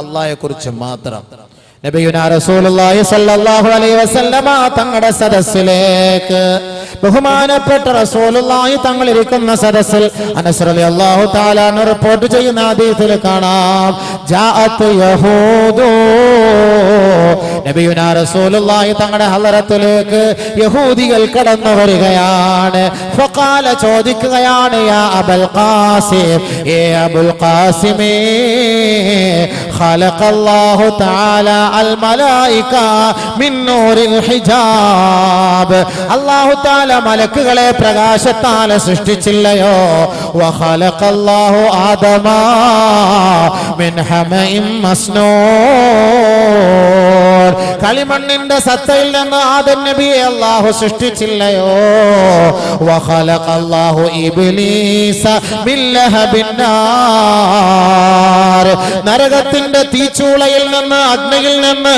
ഇബ്ലീസിനെ അല്ലാഹു സൃഷ്ടിച്ചില്ലയോ ഖലഖല്ലാഹു സമാ വഖലഖല്ലാഹുൽ അർള മിൻ സബദിൽ മാ അല്ലാഹു സുബ്ഹാനഹു വ തആല ഖലഖല്ലാഹു സമാ മിൻ ദുഖാൻ ധൂമപടലങ്ങളിൽ നിന്ന് ആകാശത്തെ അല്ലാഹു സൃഷ്ടിച്ചില്ലയോ വഖലഖല്ലാഹുൽ അർള മിൻ സബദിൽ മാ വെള്ളത്തിന്റെ ജലത്തിന്റെ നുരയിൽ നിന്ന് ഭൂമിയെ സൃഷ്ടിച്ചില്ലയോ അഖ്ബിർനാ അൻ റബ്ബിക യാ അബുൽ ഖാസിം ഏ അബുൽ ഖാസിമേ നിന്റെ റബ്ബിനെ കുറിച്ച് ഞങ്ങൾക്കൊന്ന് അറിയിച്ചു തരുമോ ആരാണ് നിന്റെ റബ്ബ് ആരാണ് നിന്റെ റബ്ബ് ആ റബ്ബിനെ എതിൽ നിന്നാണ് സൃഷ്ടിച്ചതെന്ന് അഖ്ബിർനാ ഞങ്ങൾക്കൊന്ന് അറിയിച്ചു തരുമോ എന്ന് ജൂതന്മാര് അല്ലാഹുവിന്റെ റസൂലിനോട് ചോദിക്കുകയാണ് ഫലം യുജിബുഹു നബിയു സല്ലല്ലാഹു അലൈഹി വസല്ലം അല്ലാഹുവിന്റെ റസൂൽ മറുപടി ഒന്നും പറഞ്ഞില്ല പറയാൻ അറിയില്ലല്ലോ അള്ളാന്റെ തീരുമാനമില്ല അങ്ങനെ പറയാ എന്താണ് മറുപടി പറയാ ജൂതന്മാരൊന്ന് ചോദിച്ചാണ് ഇങ്ങനെയൊക്കെയാണ് സൃഷ്ടിപ്പ് ഉണ്ടായത് പക്ഷെ നിന്റെ റബ്ബ് എന്താണ് നിന്റെ റബ്ബിനെ എങ്ങനെയാണ് സൃഷ്ടിച്ചത് നസലൽ അമീൻ മലക്ക് ജിബ്രീൽ അലൈഹിസ്സലാം ഇറങ്ങി വന്നുകൊണ്ട് ഓതി കൊടുക്കുകയാണ് നബിയേ പറയൂ നബിയേ ഓതോ നബിയേ ഖുൽ ഹുവല്ലാഹു അഹദ് അല്ലാഹു സമദ് ലം യലിദ് വലം യൂലദ് വലം യകുൽ ലഹു കുഫുവൻ അഹദ് അല്ലാഹു ഈ ആയത്തിലൂടെ അല്ലാഹുവിനെ മാത്രമാണ് പരിചയപ്പെടുത്തുക ഹലാൽ ചർച്ചയില്ല ഹറാം ചർച്ചയില്ല നമസ്കാരത്തെ കുറിച്ച് ചർച്ചയില്ല ആണിനെ കുറിച്ചോ പെണ്ണിനെ കുറിച്ചോ ചർച്ചയില്ല ആഖിറത്തെ കുറിച്ചോ ദുനിയാവിനെ കുറിച്ചോ ചർച്ചയില്ല ഭൗതിക ലോകത്തെ കുറിച്ചോ അഭൗതിക ലോകത്തെ കുറിച്ചോ ചർച്ചയില്ല മുഴുവൻ ആയത്തുകളും അല്ലാഹു അല്ലാഹു അല്ലാഹ്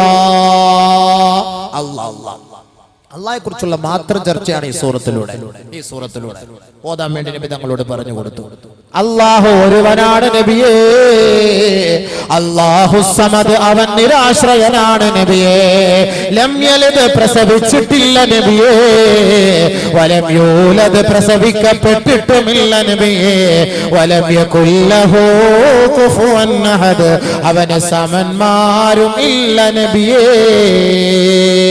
ഈ ഒരൊറ്റ ആയത്തിലൂടെ ആൾ ദൈവങ്ങൾക്ക് സ്ഥാനമില്ല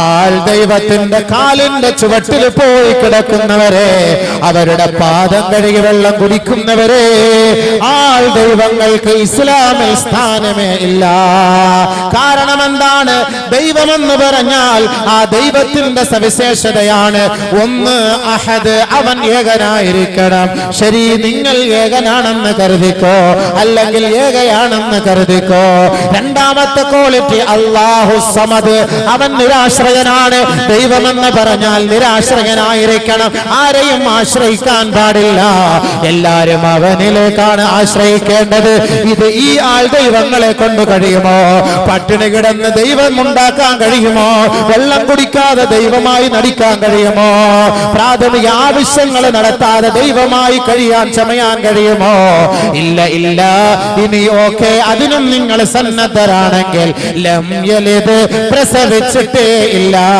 ശരി, നീ പ്രസവിക്കാത്ത കന്യകയായ ദൈവമാണ്, അതല്ലെങ്കിൽ പ്രസവിക്കാത്തവനാണ്, പ്രസവിക്കാത്തവളാ. വലം യൂലദ് പ്രസവിക്കപ്പെട്ടിട്ടേ ഇല്ല. അവിടെ പോയി ബാക്കിയല്ല ഓക്കെ. ഞാൻ ഏകനാണ്, ശരി, നീ അല്ലാതെ ആരുമില്ല, സമ്മതിച്ചു പോട്ടെ, ഓക്കെ. സമത് നിന്നിലേക്കാരും നിരാശ്രയിക്കാറില്ല, നീ എല്ലാവരും നിരാശ്രയാണ്, നിന്നെ എല്ലാവരും ആശ്രയിക്കുന്നു, ശരി, ഓക്കെ, സമ്മതിച്ചു. ലം യലിദ്, നീ പ്രസവിക്കൂല, എന്താ പറയാ, മച്ചി എന്നൊക്കെ പറയും പ്രസവിക്കാത്ത പെണ്ണിന്, അല്ലേ? പ്രസവിക്കാത്ത സാധനം, മലടിയെന്നോ മച്ചിയെന്നോ വന്തിയെന്നൊക്കെ പറയും, പ്രസവിക്കില്ല. വലം യൂലദ്, പ്രസവിക്കപ്പെട്ടിട്ടില്ലേ? ആരെങ്കിലും നിന്നെ പ്രസവിക്കാത്ത, ഈ ലോകത്ത് പ്രസവിക്കാത്ത ഒരാൺ ദൈവമോ പെൺ ദൈവമോ ഉണ്ടോ എങ്കിൽ നമുക്ക് അംഗീകരിക്കാം. ആരെങ്കിലും പ്രസവിക്കാത്ത, എന്നാ പിന്നെ ആദം നബി അലൈഹി സ്വലാത്തു വസ്സലാമിന് വാപ്പയില്ല ഉമ്മയില്ല, നമുക്ക് അംഗീകരിച്ചൂടെ? ആദം നബി അലൈഹി സ്വലാത്തു വസ്സലാം ദൈവമായിട്ട് നമുക്ക് അംഗീകരിക്കാൻ പറ്റുമോ? ആദം നബിക്ക് വാപ്പയില്ല ഉമ്മയില്ല. ആദം നബി അലൈഹി സ്വലാത്തു വസ്സലാം പോലും അള്ളാഹുവിന്റെ ദാസനാണ്, അടിമയാണ്, അവന്റെ ദൂതനാണ് എങ്കിൽ ആരാലെങ്കിലും പ്രസവിക്കപ്പെട്ട ഒരാണിനെയോ ഒരു പെണ്ണിനെയോ ദൈവമായി അംഗീകരിക്കാൻ ബുദ്ധിയുള്ള, വിവരമുള്ള, ബോധമുള്ള സാക്ഷാൽ ഒരു മനുഷ്യനെ കൊണ്ട് കഴിയില്ല. അത് സമർത്ഥിക്കുകയാണ് സൂറത്തുൽ ഇഖ്ലാസിലൂടെ. ഖുൽ ഹുവല്ലാഹു അഹദ്. ആ അല്ലാഹുവിനെ അംഗീകരിക്കണം. അതാണ് നമുക്ക് കിട്ടിയ തൗഫീഖ്. നമ്മുടെ ആരുടെ മുന്നിൽ പോയി കാലി വീണിട്ട് അയ്യോ നീ അല്ലാതെ മറ്റാരും ഇല്ല, നീ ഇല്ലെങ്കിൽ ആ കാലെ പിടിച്ച് അങ്ങോട്ട് വലിച്ചിട്ട് മലനടിച്ച് അവിടെ വീഴും, പിന്നെ ഐസിയുവിൽ പോലും എടുക്കൂല. ആ സൈസ് സാധനം. ഇതിന്റെ ദൈവം നമുക്ക് അംഗീകരിക്കാൻ പറ്റൂല. അപ്പൊ അതുകൊണ്ട് നമ്മൾ അങ്ങനെ മനുഷ്യനെ ദൈവമായിട്ട് അംഗീകരിക്കണ്ട, അല്ലാഹ്. ഈ സൂറത്ത് ഓതിയാലോ നബിയുനാ റസൂലുള്ളാഹി സ്വല്ലല്ലാഹു അലൈഹി വസല്ലമ തങ്ങളോട് ബഹുമാനപ്പെട്ട ജിബ്രീൽ അലൈഹിസ്സലാത്തു വസ്സലാം പറയുകയാണ്, സൂറത്തുൽ ഇഖ്ലാസിന്റെ മഹത്വം അറിയണോ നബിയേ? നബിയുനാ റസൂലുള്ളാഹി തങ്ങളോട് ജിബ്രീൽ അലൈഹിസ്സലാത്തു വസ്സലാം ഓതി കൊടുക്കുകയാ, മൻ ഖറഅഹാ ഹീന യദ്ഖുലു മൻസിലഹു നഫഅത്തിൽ ജാർ വനഫത്തിൽ ഫഖർ. ആരെങ്കിലും വീട്ടിലേക്ക് കയറുമ്പോ ഈ സൂറത്തുൽ ഇഖ്ലാസ് പാരായണം ചെയ്തുകൊണ്ട് കയറിയാൽ അവന്റെ ജീവിതത്തിൽ പട്ടിണിയോ ദാരിദ്ര്യമോ ഉണ്ടാവുകയില്ല. വനഫഅത്തിൽ ജാർ, ആ ഓതുന്ന പാരായണം ചെയ്യപ്പെടുന്ന വീടിന്റെ പരിസരത്തുള്ള വീട്ടുകാർക്ക് പോലും അതിന്റെ ഗുണമുണ്ടാകുമെന്ന് നബിയുനാ റസൂലുള്ളാഹി. അനസ് റളിയല്ലാഹു അൻഹു റിപ്പോർട്ട് ചെയ്യുന്ന ഹദീസിൽ കാണാം, ഇദാ അറാദൻ നൗമ, ആരെങ്കിലും ഉറങ്ങാൻ ആഗ്രഹിച്ചാൽ, മനുഷ്യൻ ആഗ്രഹിച്ചുകൊണ്ട് അവൻ ഉറങ്ങാൻ വേണ്ടി അലാ ഫിറാശിഹി ഖാമ അലാ ഫിറാശിഹി, ഉറങ്ങാൻ അവൻ കിടക്കയിലേക്ക് പോയാൽ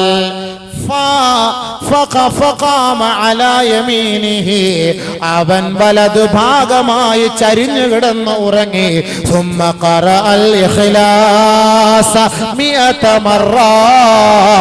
100 പ്രാവശ്യം വലതു ഭാഗം ചരിഞ്ഞു കിടന്ന് ഉറങ്ങാൻ കിടക്കുമ്പോ ആരൊരാൾ 100 പ്രാവശ്യം സൂറത്തുൽ ഇഖ്ലാസ് ഓതിയാൽ പടച്ച തമ്പുരാൻ ഇദാ കാന യൗമുൽ ഖിയാമ, ഖിയാമത്ത് നാളിൽ യഖൂലു ലഹു റബ്ബു, റബ്ബ് അവനോട് പറയുമത്രേ, ഉദ്ഖുൽ യാ അബ്ദീ അലാ യമീനിക അൽ ജന്ന, നിന്റെ വലതു ഭാഗത്തുകൂടി നീ സ്വർഗ്ഗത്തിലേക്ക് പ്രവേശിച്ചോ എന്ന് അല്ലാഹു പറയുമെന്ന് കമാ ഖാല റസൂലുള്ളാഹി.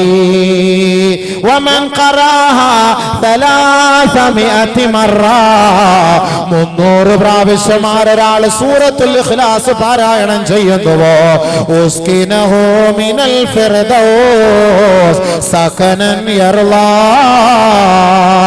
അല്ലാഹു ഇഷ്ടപ്പെട്ട ജന്നത്തുൽ ഫിർദൗസിൽ അവനെ താമസിപ്പിക്കുമെന്ന് നബിയുനാ ശഫീഉനാ റസൂലുള്ളാഹി. അതുകൊണ്ട് ബഹുമാനമുള്ളവരെ, ക്യാൻസർ പോലുള്ള മാരകമായ രോഗങ്ങളുണ്ടോ, 1000 പ്രാവശ്യം സൂറത്തുൽ ഇഖ്ലാസ് ഓതണേ. കുറഞ്ഞത് ഒരു ദിവസം 33 പ്രാവശ്യം പാരായണം ചെയ്യണേ.